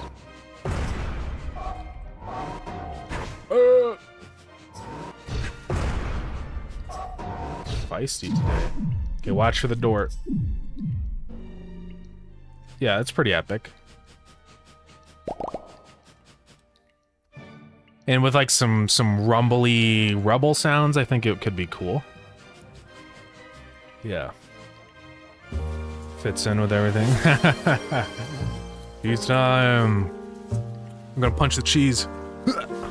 I don't know which one's gonna collide, you know? It looks like I'm doing it, but I'm not. Yeah, some shaking could be good too.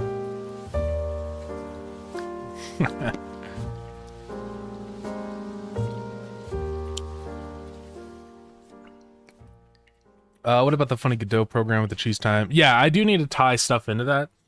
My plan is to work on all that after V9 comes out. Because I can take a minor break and then I can start focusing on the stream overlay. Because I want to combine my Spotify music into that. I want to integrate the confetti and all that stuff, you know. Make it all one thing. Um, doesn't have a lot of presence. Yeah, I could it could have some other like decorations that like appear, you know, if we want.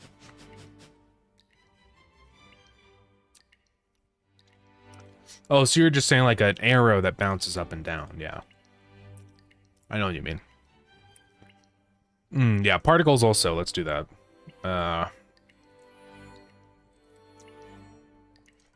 Let's add a freaking bouncing arrow.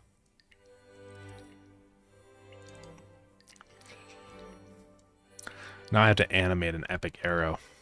You know, I'm going to do that in Blender.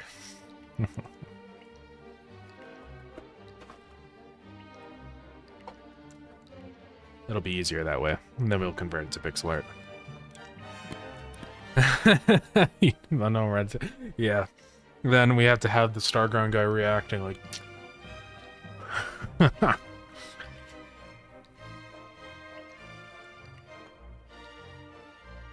Okay, let's start with a cube. Yeah, ads coming up in a minute. So, be warned. Oh yeah, the pointing Wojak. Yeah. C++ stuff is kind of cool, to be honest. Weird for fun. Yeah, no, I could definitely see how it would be very interesting to mess with, for sure. If I was better at C++, I would enjoy using it, because I know it performs super well, right? And that's one of the big benefits. But I'm just too stupid. I can't do it. But maybe one day. I want the arrow to be kind of chunky, you know? I don't want it to be a little stupid arrow. And then I also kind of want to bevel the edges. It probably won't really matter with the pixel art, but we'll see.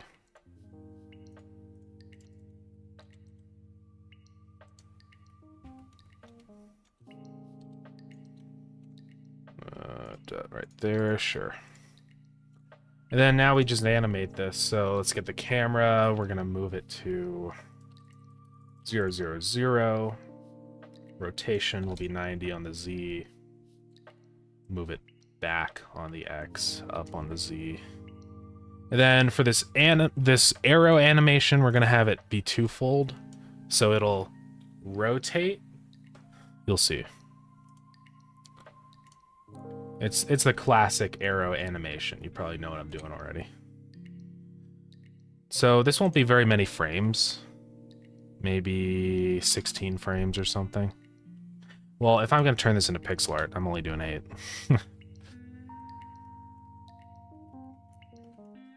Oh, excuse me.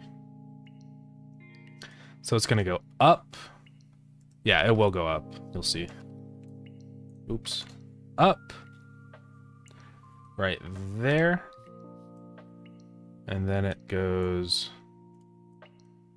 back down to 0. Right there.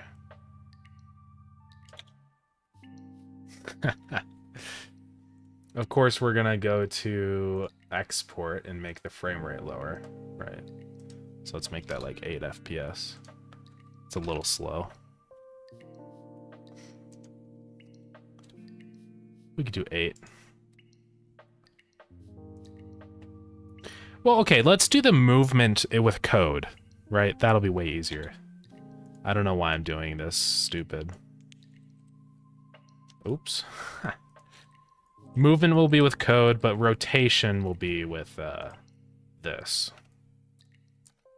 So I'm just going to keyframe the Z-axis.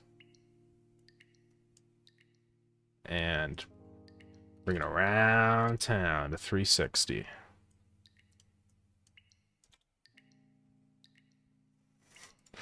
First off, interpolation mode, we're going to just do linear. Now, the origin is weird. So we have to figure that out.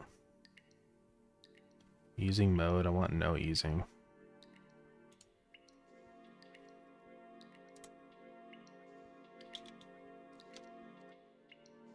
God, why is it like this? Okay. So let's just go move it to the right position. Oh, I see. Here, let's just go in here and move the vertices. And just move it 0.5. Okay. So the nice thing is that we only have to make it rotate one way, though. So, okay, it goes from 0, and instead of to 360, it just goes 180. So it can actually be pretty smooth. Let's up it to 12, maybe. Well, here, let's end it at 12. But keep the FPS at 8. Or something like that. Like that. I think that should be okay. Only thing left, it's too thick still. Let's move it on the X 0.25. Minus 0.25. And then over here, 0.25. There we go.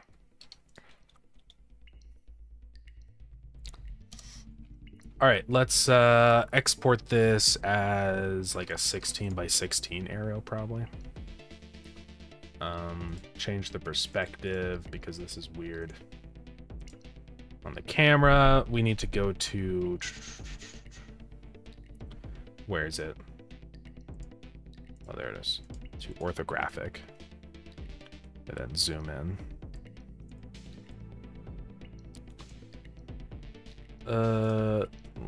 Bring that out just a tad. Right there. Okay. Biggest issue I have with GD extensions is that you have to compile against Linux and Windows, but can't at the same time. Oh, yeah. Yeah, it's annoying having to deal with multiple operating systems. Why can't we just have one?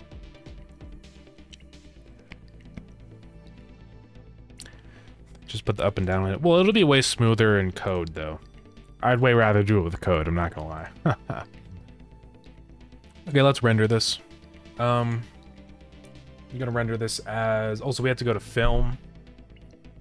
Set that to 0. Transparent. PNG sequence. Let's go make a folder on my desktop.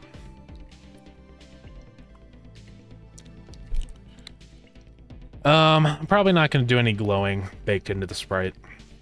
We could with like a light, right? But we'll see.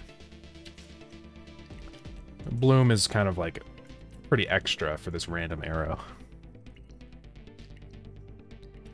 I've already spent way longer in this than I probably should have. What? Okay.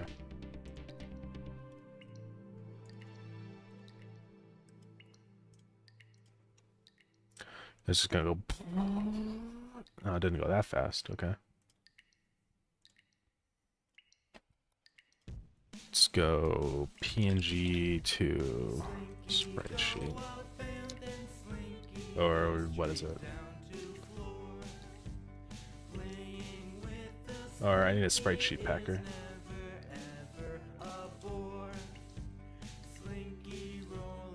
This one. This one's good. Let's go get it. Arrow. 12 whole frames, huh?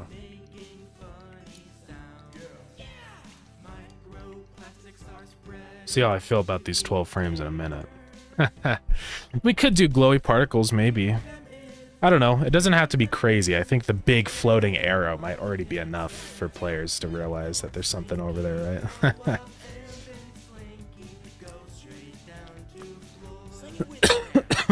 Okay. So I'm just gonna make it blue. Because I feel like it.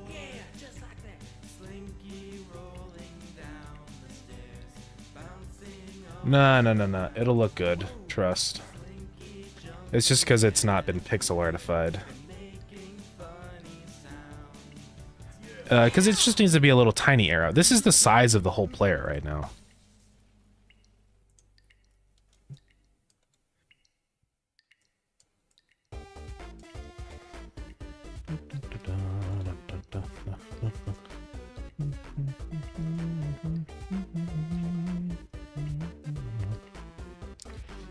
Can't even tell what's going on here.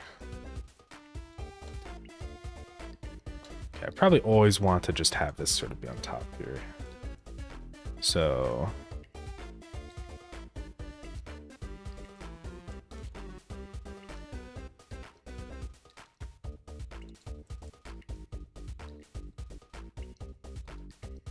probably gonna start hating this arrow once I actually get into animating. Time certified. Thank you for the follow. I appreciate it. You can fire a certain amount of rays per second that affect a hidden heat map of radiation that independently spawns fragments of atmosphere. No. Yeah, I won't do that.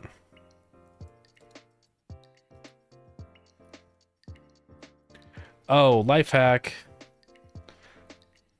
We don't need to animate these.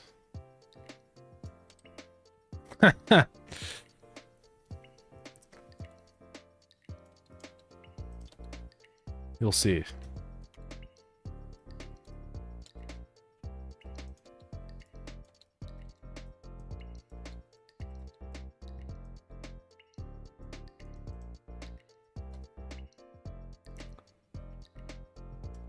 This is looking pretty funny right now.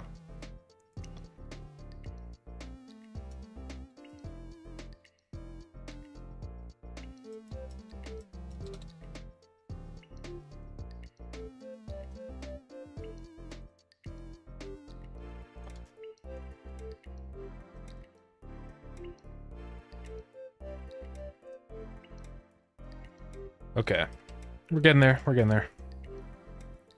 Yeah, I didn't want to have to do all these angles myself, because that would just take forever.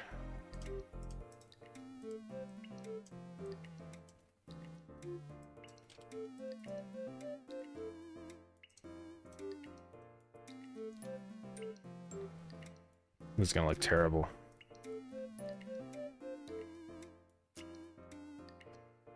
Let's see.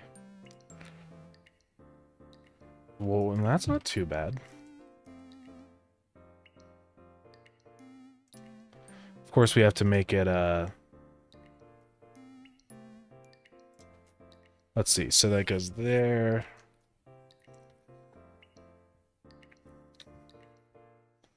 Okay. There's only some minor changes I have to make, which is the fact that... yeah, the color does switch midway. It's kind of difficult, because, like... I'm just making this work here. Let's see. That's a little funny.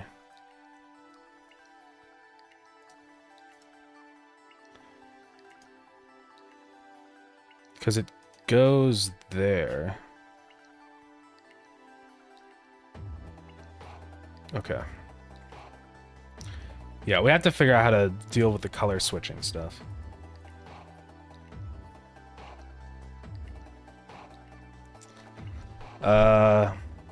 Because it goes dark, but then that becomes the new face, so it should be okay, actually. I know it looks weird in the sprite, but I think when it's actually animated, it'll be fine. So, okay, here's the life hack I was talking about. I can just, like, flip this. Right? So hear me out. 80.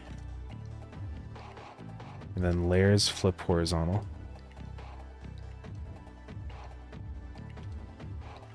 Oh, I messed it up.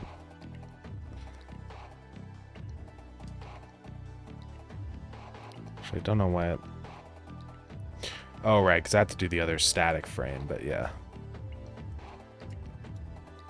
I forgot about that. Well, honestly, it's pretty easy. We'll just take this and modify it.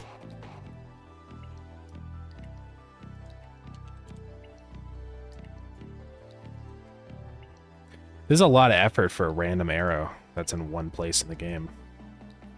But, I mean, now we've got it, right?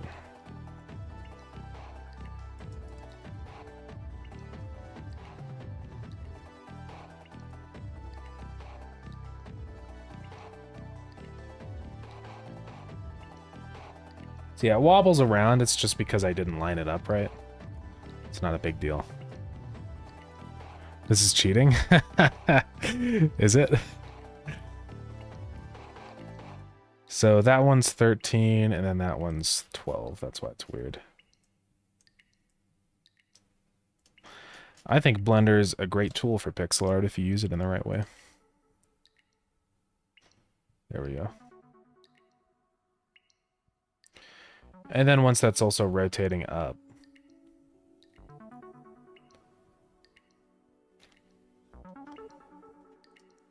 I've had fried onion and vanilla yogurt with my breakfast. The remaining odor is a little strange. Yeah. Kind of sounds good, though. I do love fried onions. Okay, yeah, I think that looks pretty good. I'm just checking for, like, little weird things we can fix. Like, that needs to be changed. It needs to be changed over there, too. Then it comes through there. Okay. And then let's just outline it real quick with whatever color. I don't really care. I'm gonna have to go through and fix the outline, but it's not a big deal.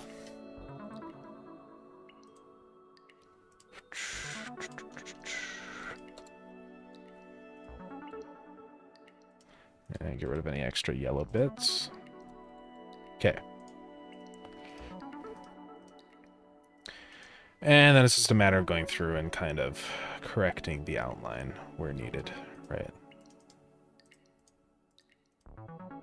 Which is not a big deal. And we also have to do it down here, so...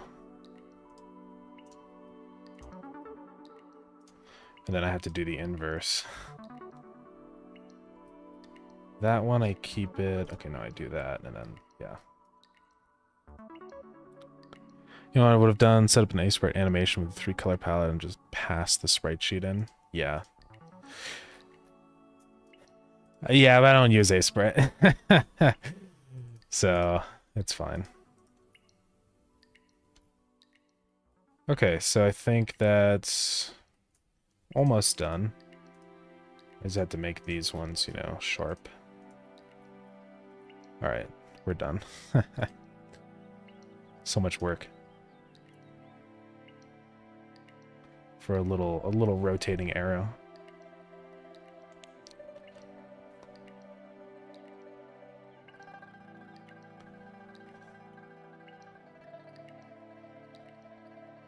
Yeah.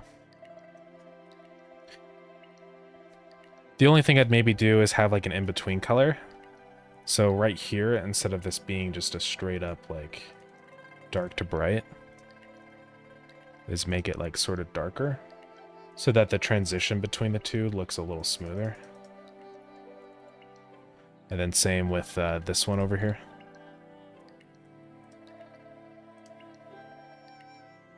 It just kind of helps a tad bit with that like transition between the two, you know?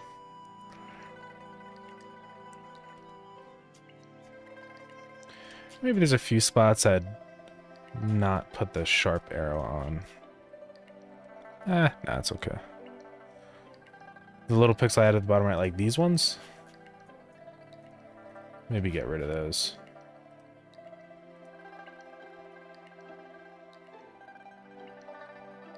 I think that looks fine. I also think this transition from there to there is too fast. So I think if I do that, that would look better. What is the blender setting for such? Yeah, I can show you what I used for that. It's pretty easy. Let me slow this down just to confirm it looks good right there. Am I missing a frame? Oh, this is not 8 frames. I was like, this is 16 frames now. Isn't it? How many frames is this? 1, 2, 3, 4, 5, 6, 7, 8, 9, 10, 11, 12. It's 12 frames. I was wondering why it looked weird. Okay, let's try that. Oh, yeah. Check that arrow out. Yeah, I can go ahead and show you the exact settings I just used, though. So for pixel art, whenever I render from Blender into pixel art, first thing is I always set the camera mode type to orthographic, because pixel art, you typically don't ever do perspective. It's almost like a giveaway if you do perspective, because it looks like it's 3D. because people aren't that good at making 3D stuff. It's hard. So orthographic looks more pixel arty. And then the other part of it is inside of the film settings. I always do transparent, so the background's transparent. And then I just set the filter size all the way down. So it stops like anti-aliasing from happening on the edges. So like when I zoom into this image, you can see it's just sharp and pixely. Heard. Well, what do you mean? Oh. The filter size right here. And then turn on transparent. I always do 16 by 16 here. Or whatever size you want for the resolution. And then orthographic camera mode here. Orthographic. Yeah. Okay. Can I save the blend file and put on the modding repo? I mean, I can. This is a really easy thing to do. But if you actually want me to, I can. Okay, so let me go save that arrow.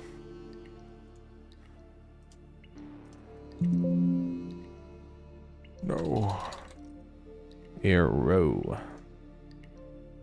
Sprites.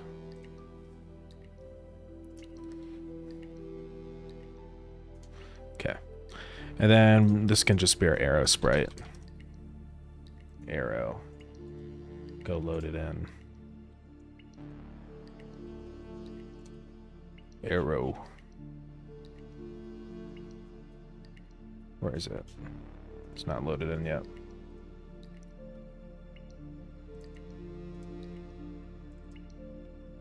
Oh. Hold on. Let's save this as an animated sprite 2D. Let's try that again.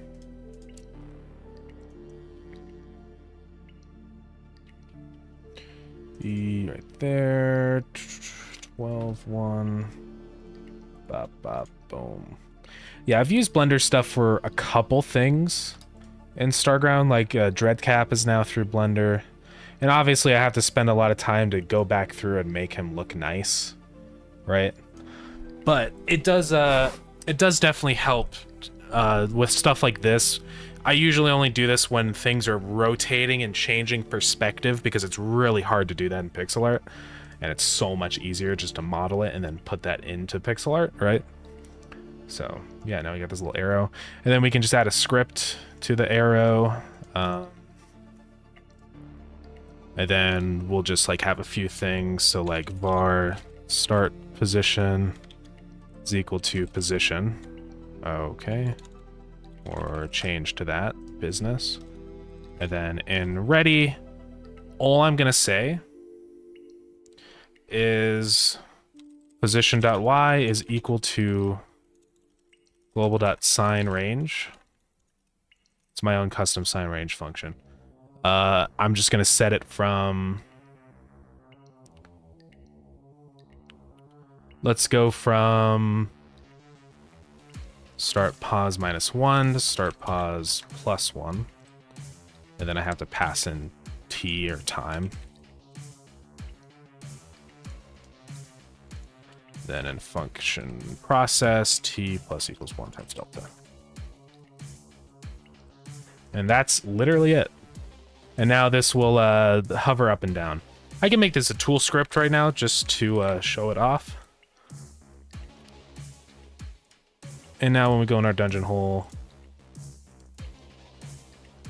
it should start floating. Is it floating? Or am I getting errors?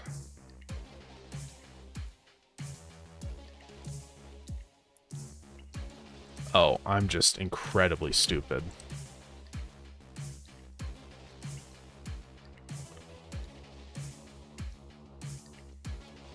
Let me restart the...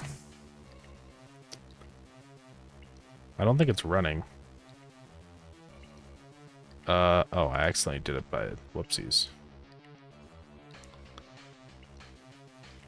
Start pause dot y -1 and dot y. Okay, let's check this again. Non-existent function sign range. Well, I don't believe you. Min max in time. Let's reopen the scene. Yeah, let me read everything else I said in here. Yeah, because it'll save settings, then I can write a wiki guide to do your own stuff with it. Yeah, you're totally welcome to. I can put it up there. I mean, oh, is it because global's not a tool? Well, that's annoying. Well, we can do this the normal way. Actually, since it's just a very easy back and forth motion, literally we just have to say this. Equals start pause.y plus sine t. And that should work. Let's go make sure. There we go. So it just does a little hover. I can make that go faster. I think it needs to. Let's make it go 3 times faster.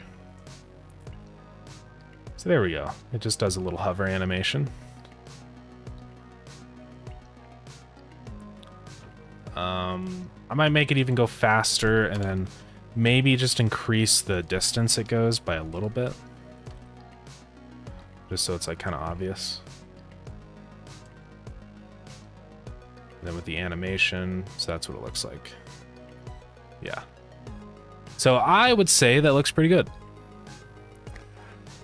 I'm going to increase the depth so it doesn't collide with the player and stuff.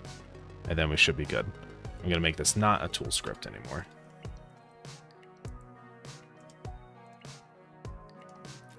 And let's just set that to -24. Okay.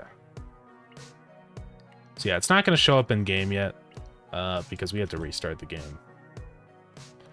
Also, we're going to add particles to this, right? CPU particles. I'm not going to worry about making them GPU particles right now. Even though you goobers keep saying I should, it doesn't really make that much of a performance impact. I'm not going to lie.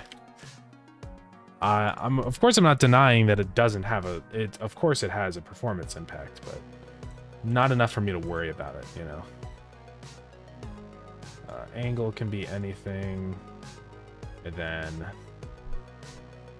the emission shape, first off, has to be a rectangle. That's too big. I think it's like 12 or something. And then direction, make it big.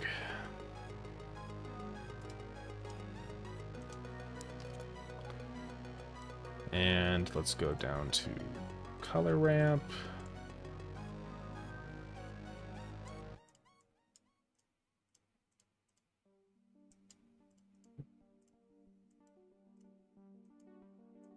Okay. That's pretty much it. How much of the game is on CPU? I mean, I don't know. It's quite a bit of it is, of course, because it's just a very CPU heavy thing. There's not a ton of things that can be calculated on the GPU. Most of the things that can be GPU, I've swapped to GPU. Like, for example, the animation for conveyors and stuff is all GPU now. And that has actually been an improvement because there's actually a lot of conveyors.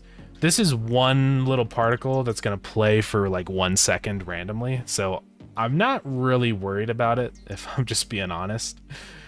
But you know. Oh, did I accidentally just copy the color? I did. I copied nothing. I don't like that you can copy nothing on Godot.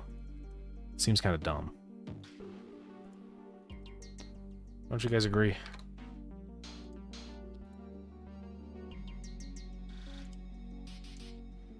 I think that's good. I'll make it a little faster.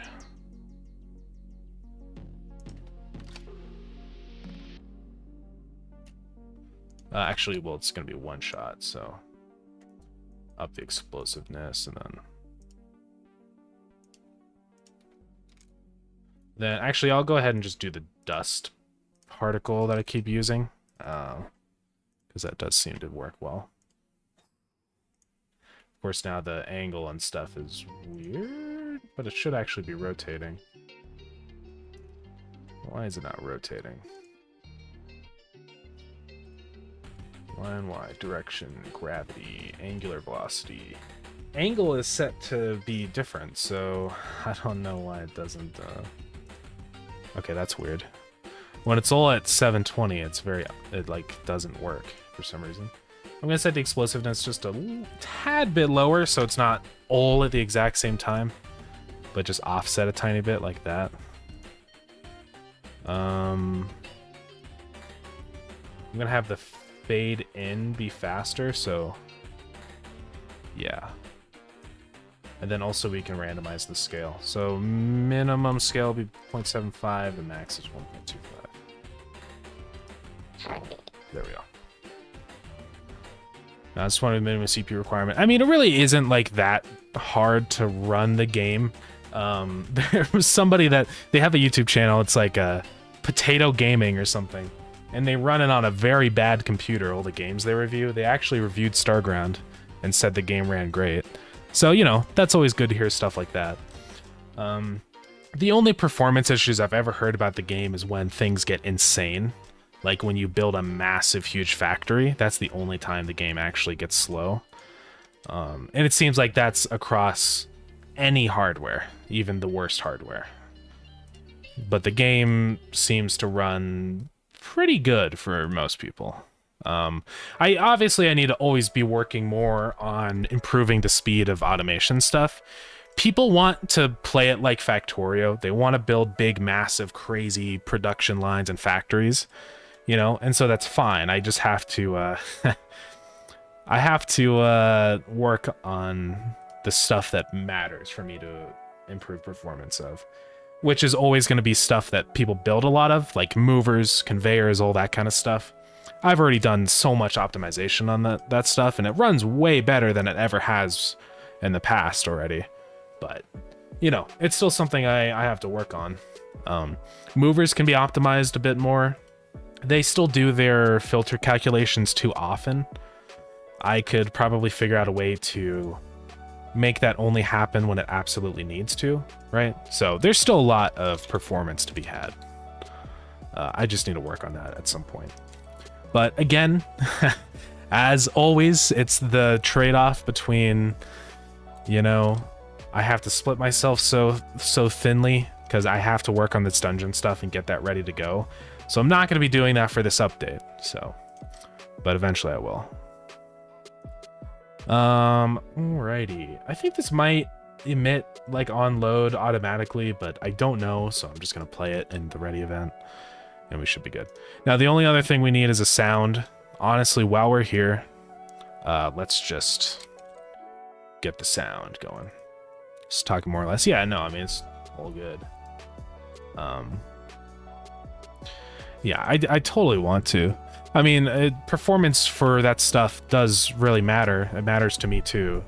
Obviously, I want the game to run well, even with the crazy big factories, right? So it's something I keep thinking about. And, you know, I know you're talking about like chunking and stuff, which could be an interesting way to improve that even more. So we'll have to see. I'm sure there's ways we can figure it out. I'm gonna start playing sound effects. I'm gonna lower my desktop audio so you guys don't lose your eardrums. Hear rubble shifting? Well, it's good, but it sounds like garbage. No. Stone. No. I want like a sound for like the tiles breaking and stuff, you know? Let's just sort by downloads most first, because that's usually the best one. Yeah. Oh my god. That one's kind of nice. Not bad. Some of these are very slow rock falls, you know? Which are good, but not exactly what I want. Not that one. Huge cinematic explosion. Yeah.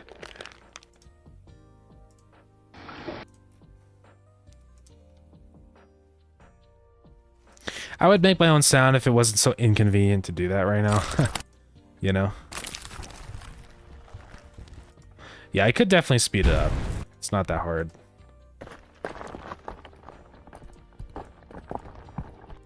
Sounds almost there. I like Concrete Smash if we just kind of fade it in a little more, maybe.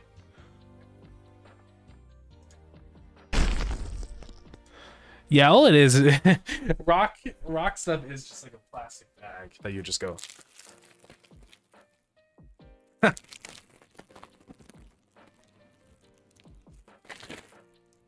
don't know, should I make my own sound? If you just pitch that down, it would probably work pretty well. This one isn't bad, but yeah, let's see if we can make our own. Why not? I feel like sometimes I don't do that enough. I don't want to, you know, be a fake and a fraud.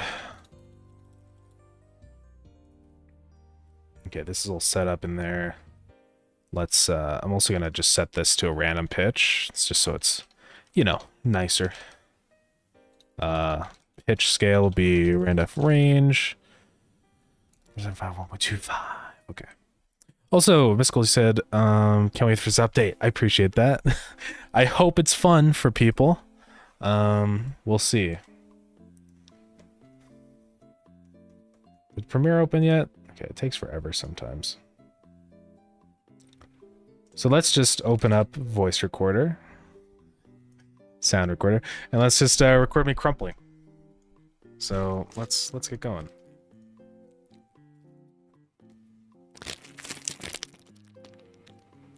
Okay, thanks, Premiere.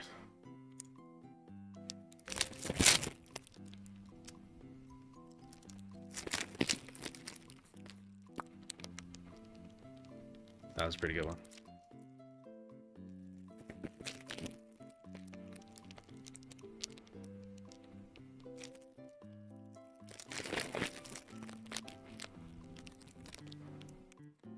Okay. And let's just edit that. If I had like a thicker bag, it'd probably sound a little bit better, like deeper, but we can make this work. So first order of business when doing this, you want to normalize it. Can't ever remember how. Well, actually, we don't need to because we can just set the volume in game. That's the grass sound. Here, let me clear in and out. That's actually not too bad. That's not too bad. Oh my god. Hold on. Let's move to here. There we go.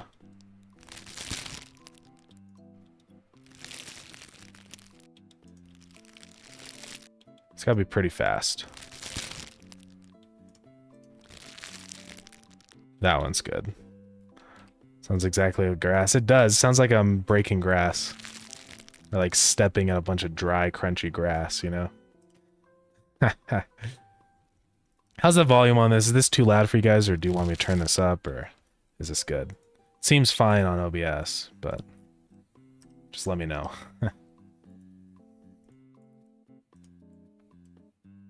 Shut up that. Okay. Okay, so now all we have to do to make this sound more like rock. First off, we can try stretching it, but it's probably going to sound really bad if we do that. Totally sounds like rocks, though. A little quiet? Okay, I can turn it up. It sounds like an old sound effect, you know, of rocks.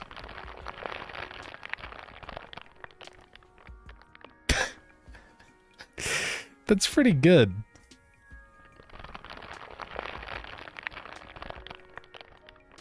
But it doesn't work, so...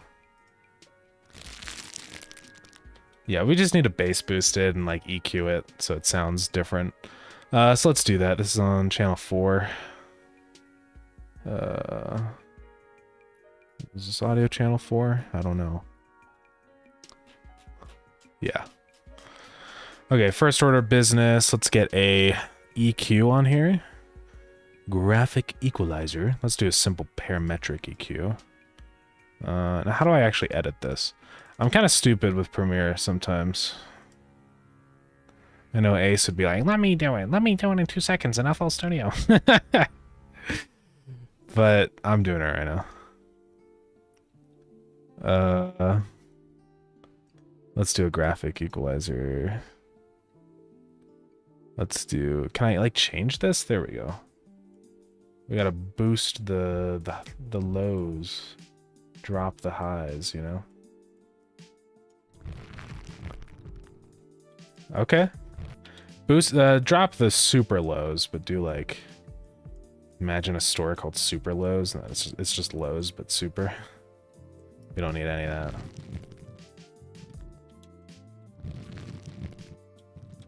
I need to turn this up. Let me stop that for a minute. Oh, no, all my sound effects are exposed. Forgot what sound that was. That's the thumper. What are these ones? That's the Godot plush. Oh yeah, I forgot the Godot plush is in the game. That's how people know that it's made in Godot. Oh my god. Sorry if this stuff's too loud. Oh, we got an ad starting. Why is it so loud? Oh, it's just because I turned my headphones up.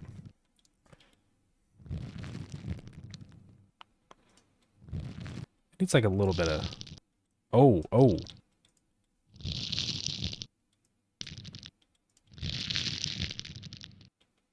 Okay. You know, it's got like the gravel in there, but then we like drop the middle.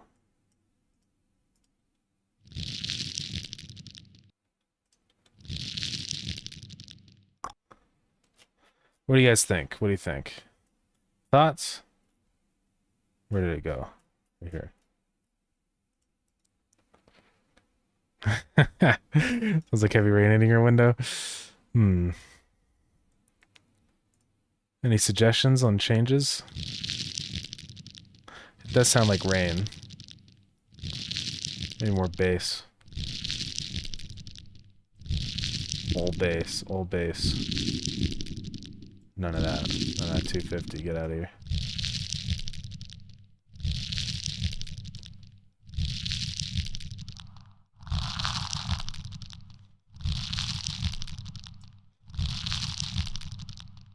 It just needs to be, like, slowed down.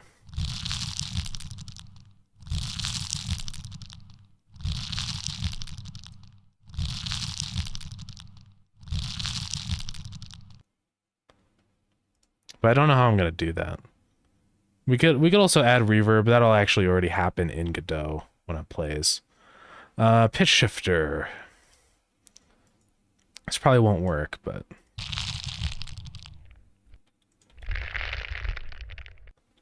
So that lowers the pitch, which isn't terrible. We could lower it a little bit. Just get that more gravelly.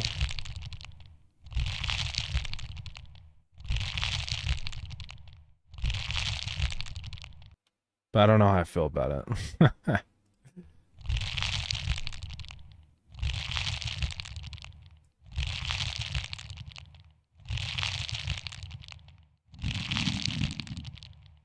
don't want any of that channel.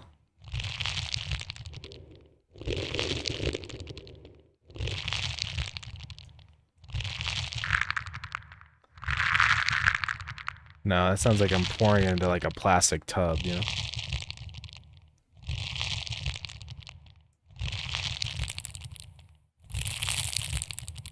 That's too crunch, too crunch. Maybe drop the AK. I don't know. It's hard to make sounds. This is one of the difficulties with making your own. What's up, Dylan? It kind of sounds like Concrete Smash. But we also got rocks. I think rock sounds a little better. It sounds like charcoal. Oh, god dang, I have to log in. Yeah, we'll just use rocks. We'll use rocks. I'm making sounds for the dungeon, like, whole floor that opens up, so... Also, I added your enemy, Dylan. The face. So, by default, it'll just be in this little mode. Right, let me hide all these stupid collision layers. Hold on. So it'll be in this mode, right? And it'll just it'll be vibing, moving around. And then when you get too close to it, it'll transform into a big evil guy. What do you think? And then he'll run after you. So in the idle mode, this mode it'll just kind of wander around and not mess with you, but as soon as you go within the range of the light source, then it'll attack. I can show you in game. It'll be better that way. But I have to first make this sound real quick, and then we'll get started on that. Okay, I can download rocks.wav now. Let's I'm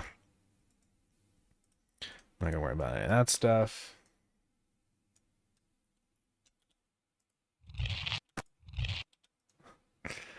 Clear in and out. Let's see. We basically just want up to there. And like we want it to fade out faster, so we can just say whoa. Always plays those sounds over there. Love what I did with it. Let's go.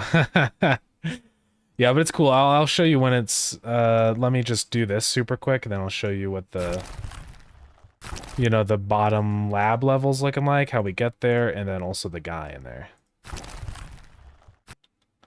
I wish I could make this a here. They have other transitions. I hate that it's not that one by default.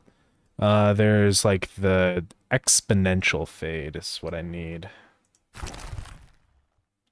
Yeah, it just sounds better. Trails off better, you know?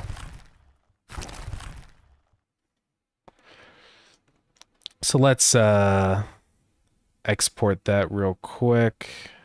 We'll just send a media encoder. Then I'll put this in and then we'll go see it in game.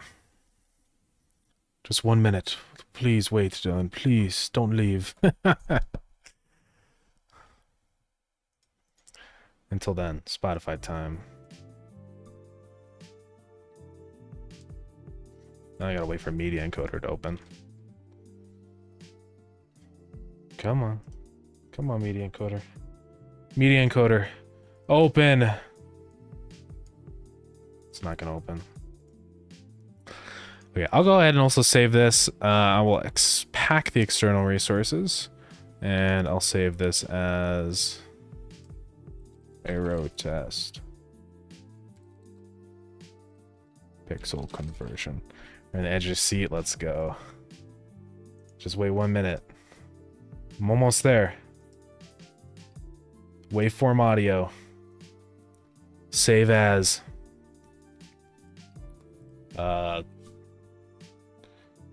Rubble.wav.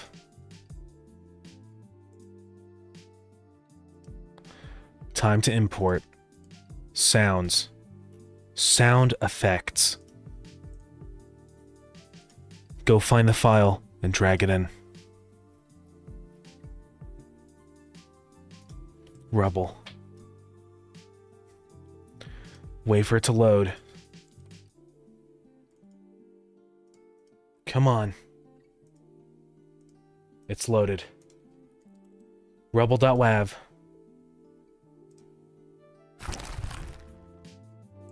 Oh yeah. Okay. Autoplay will be on, so it should do it by default. Okay. Are you ready? Are you ready, Dylan? And then I need to get like a chomping noise for the enemies. You know, it needs to be like, you know, they need to be chomping down with those teeth.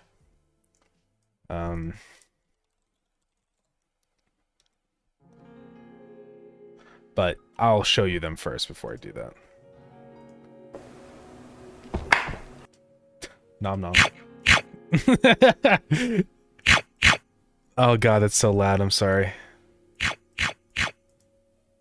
You think that's the sound we gotta use? Okay.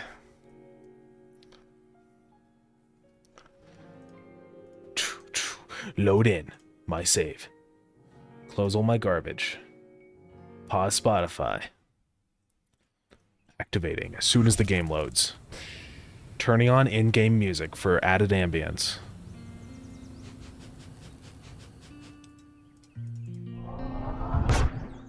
Here we go.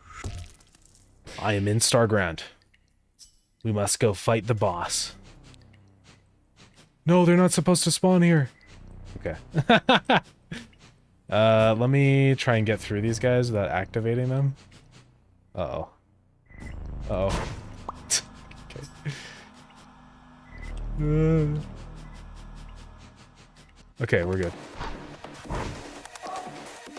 Let's kill a dread cap real quick. Whoa.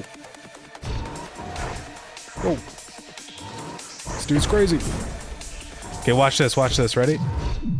Watch, watch, watch. No! It's okay, we'll recover. Yo. So that thing opens up in the floor. Right? And then you can go down,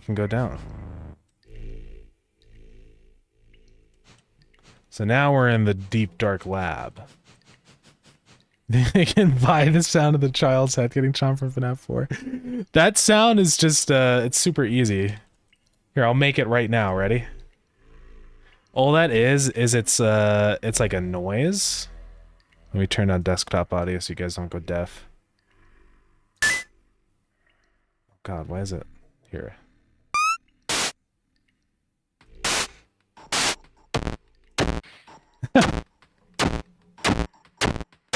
There you go. FNAF.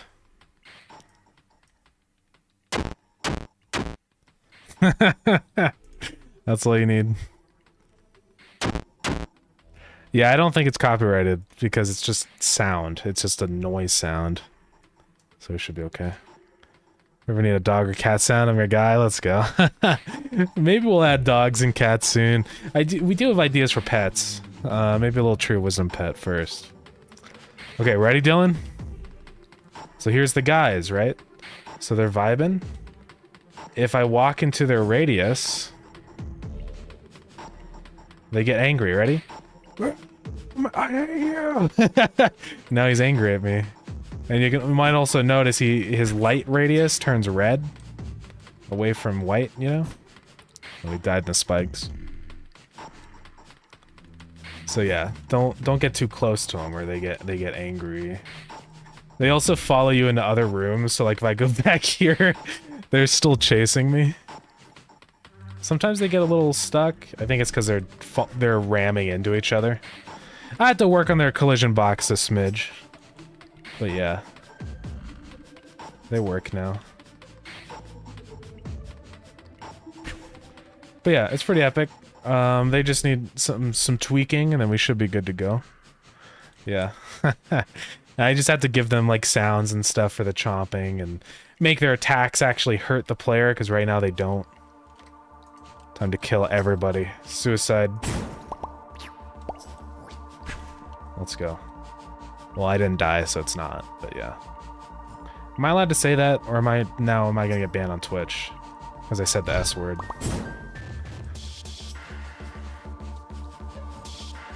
But yeah, it's pretty epic. I think they're nice and scary. You know, some evil little red meatball guy running at you and chomping. I think that's scary. Maybe they even changed color. So one thing we could do is like they change color from purple to red or something like that to kind of further indicate that there's like the passive and then aggressive mode, right? So we could maybe do that. That'd be kind of cool actually. So like their default color could be like this. Right. But then when they get angry or something, they turn into the red, the hatred. Maybe. Yeah. But yeah, now it's just a matter of little tweaks. We'd have to do that same change in here, which I mean won't be too bad.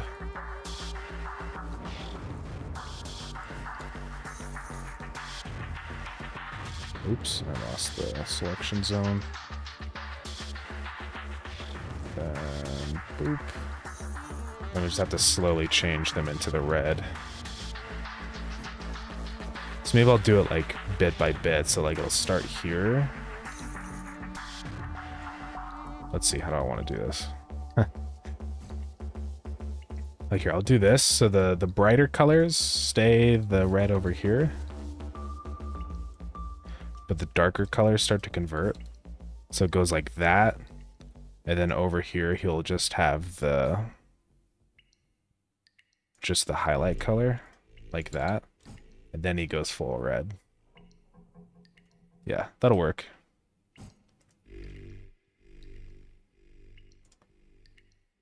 And then he's very angry here.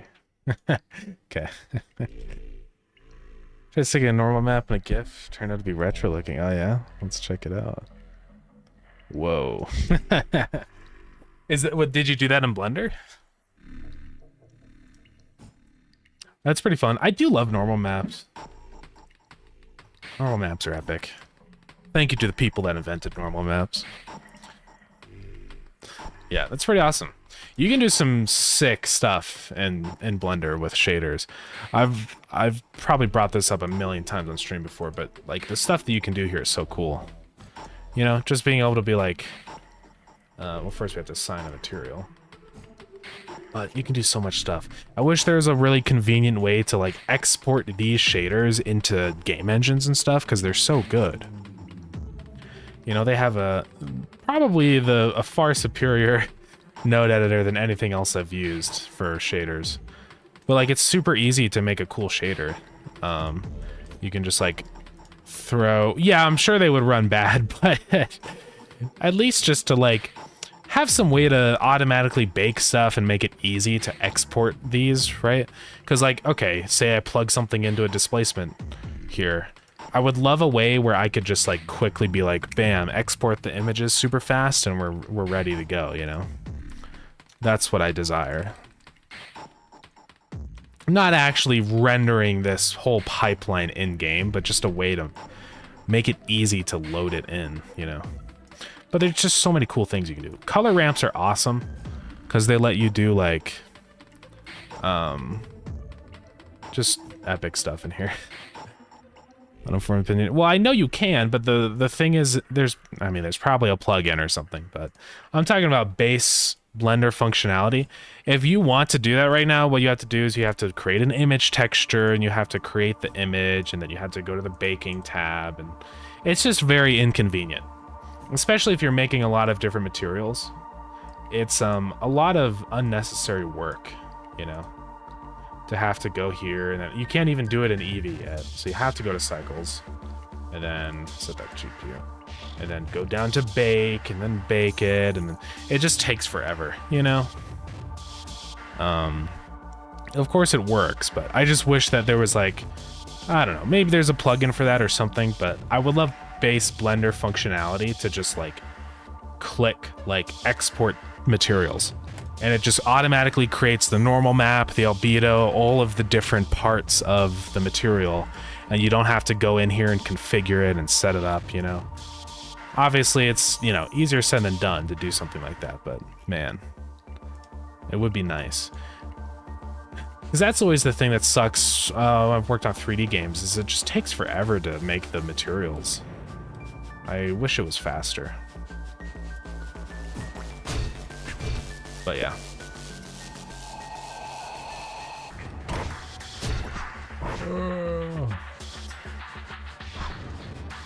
Alrighty. Well, I am at like 4 hours. Just close the game. Oh, I guess I need to undo what I just did. What is this? Okay.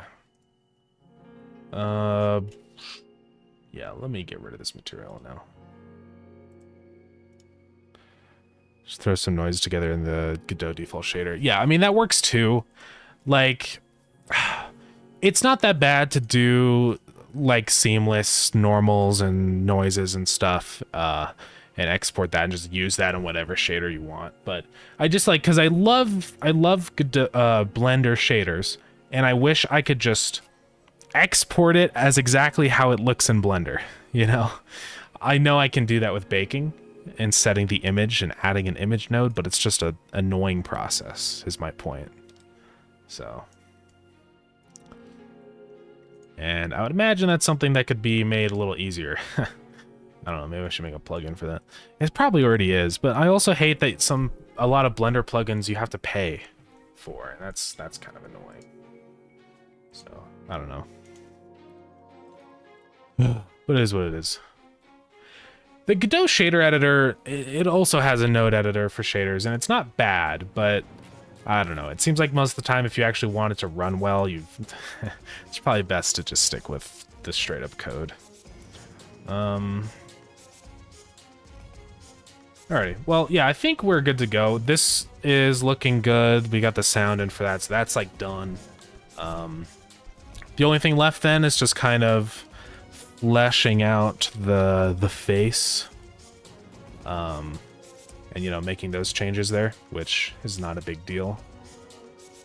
So, yeah. I'll get to that. Not right now. I will be doing that off of stream. But, yeah. Didn't get to the other enemy. I wanted to do the spider also, but I think at a certain point it's, you know, maybe a good idea to spend time to optimize stuff first before I jump into more stuff, stretch myself even thinner, so... I need a bottle cap first before we leave. Okay. But yeah, that's going to be it, I believe. And let's go find somebody to raid. Don't leave yet. You get bonus points if you go to the raid. Don't leave yet. You get bonus. Ah, that's me.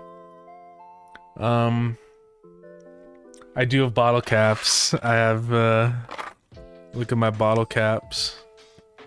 It's a box of bottle caps. Okay, here you go. I just go invisible because of the green screening. I hope you get that. I hope it was yummy.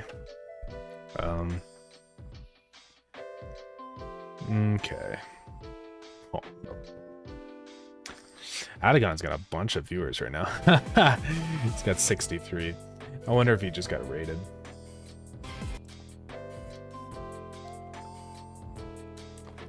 But yeah, that's crazy. You're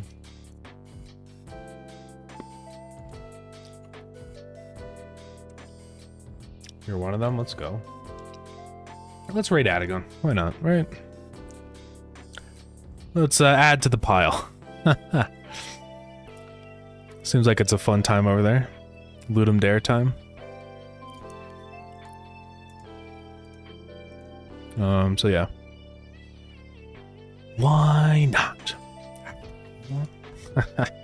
Okay. I'm gonna start the raid. Thank you everybody for coming. I will not be live tomorrow because it's Monday. But I may perhaps be live on Wednesday. So yeah. I'm probably gonna sleep. I'm gonna get the artifact, the special weapon component stuff fixed. And I'll probably be working on a harvester that can like harvest your farm plots for you. So those are some of the plans. But yeah, we'll get working on that. But until then, thank you. Buy Starground if you want. And yeah. Yeah. All right. Thank you, everybody. Appreciate it. And we're going to Adagon. Raid message is the classic big boy raid. Okay. Bye, everybody. Bye-bye.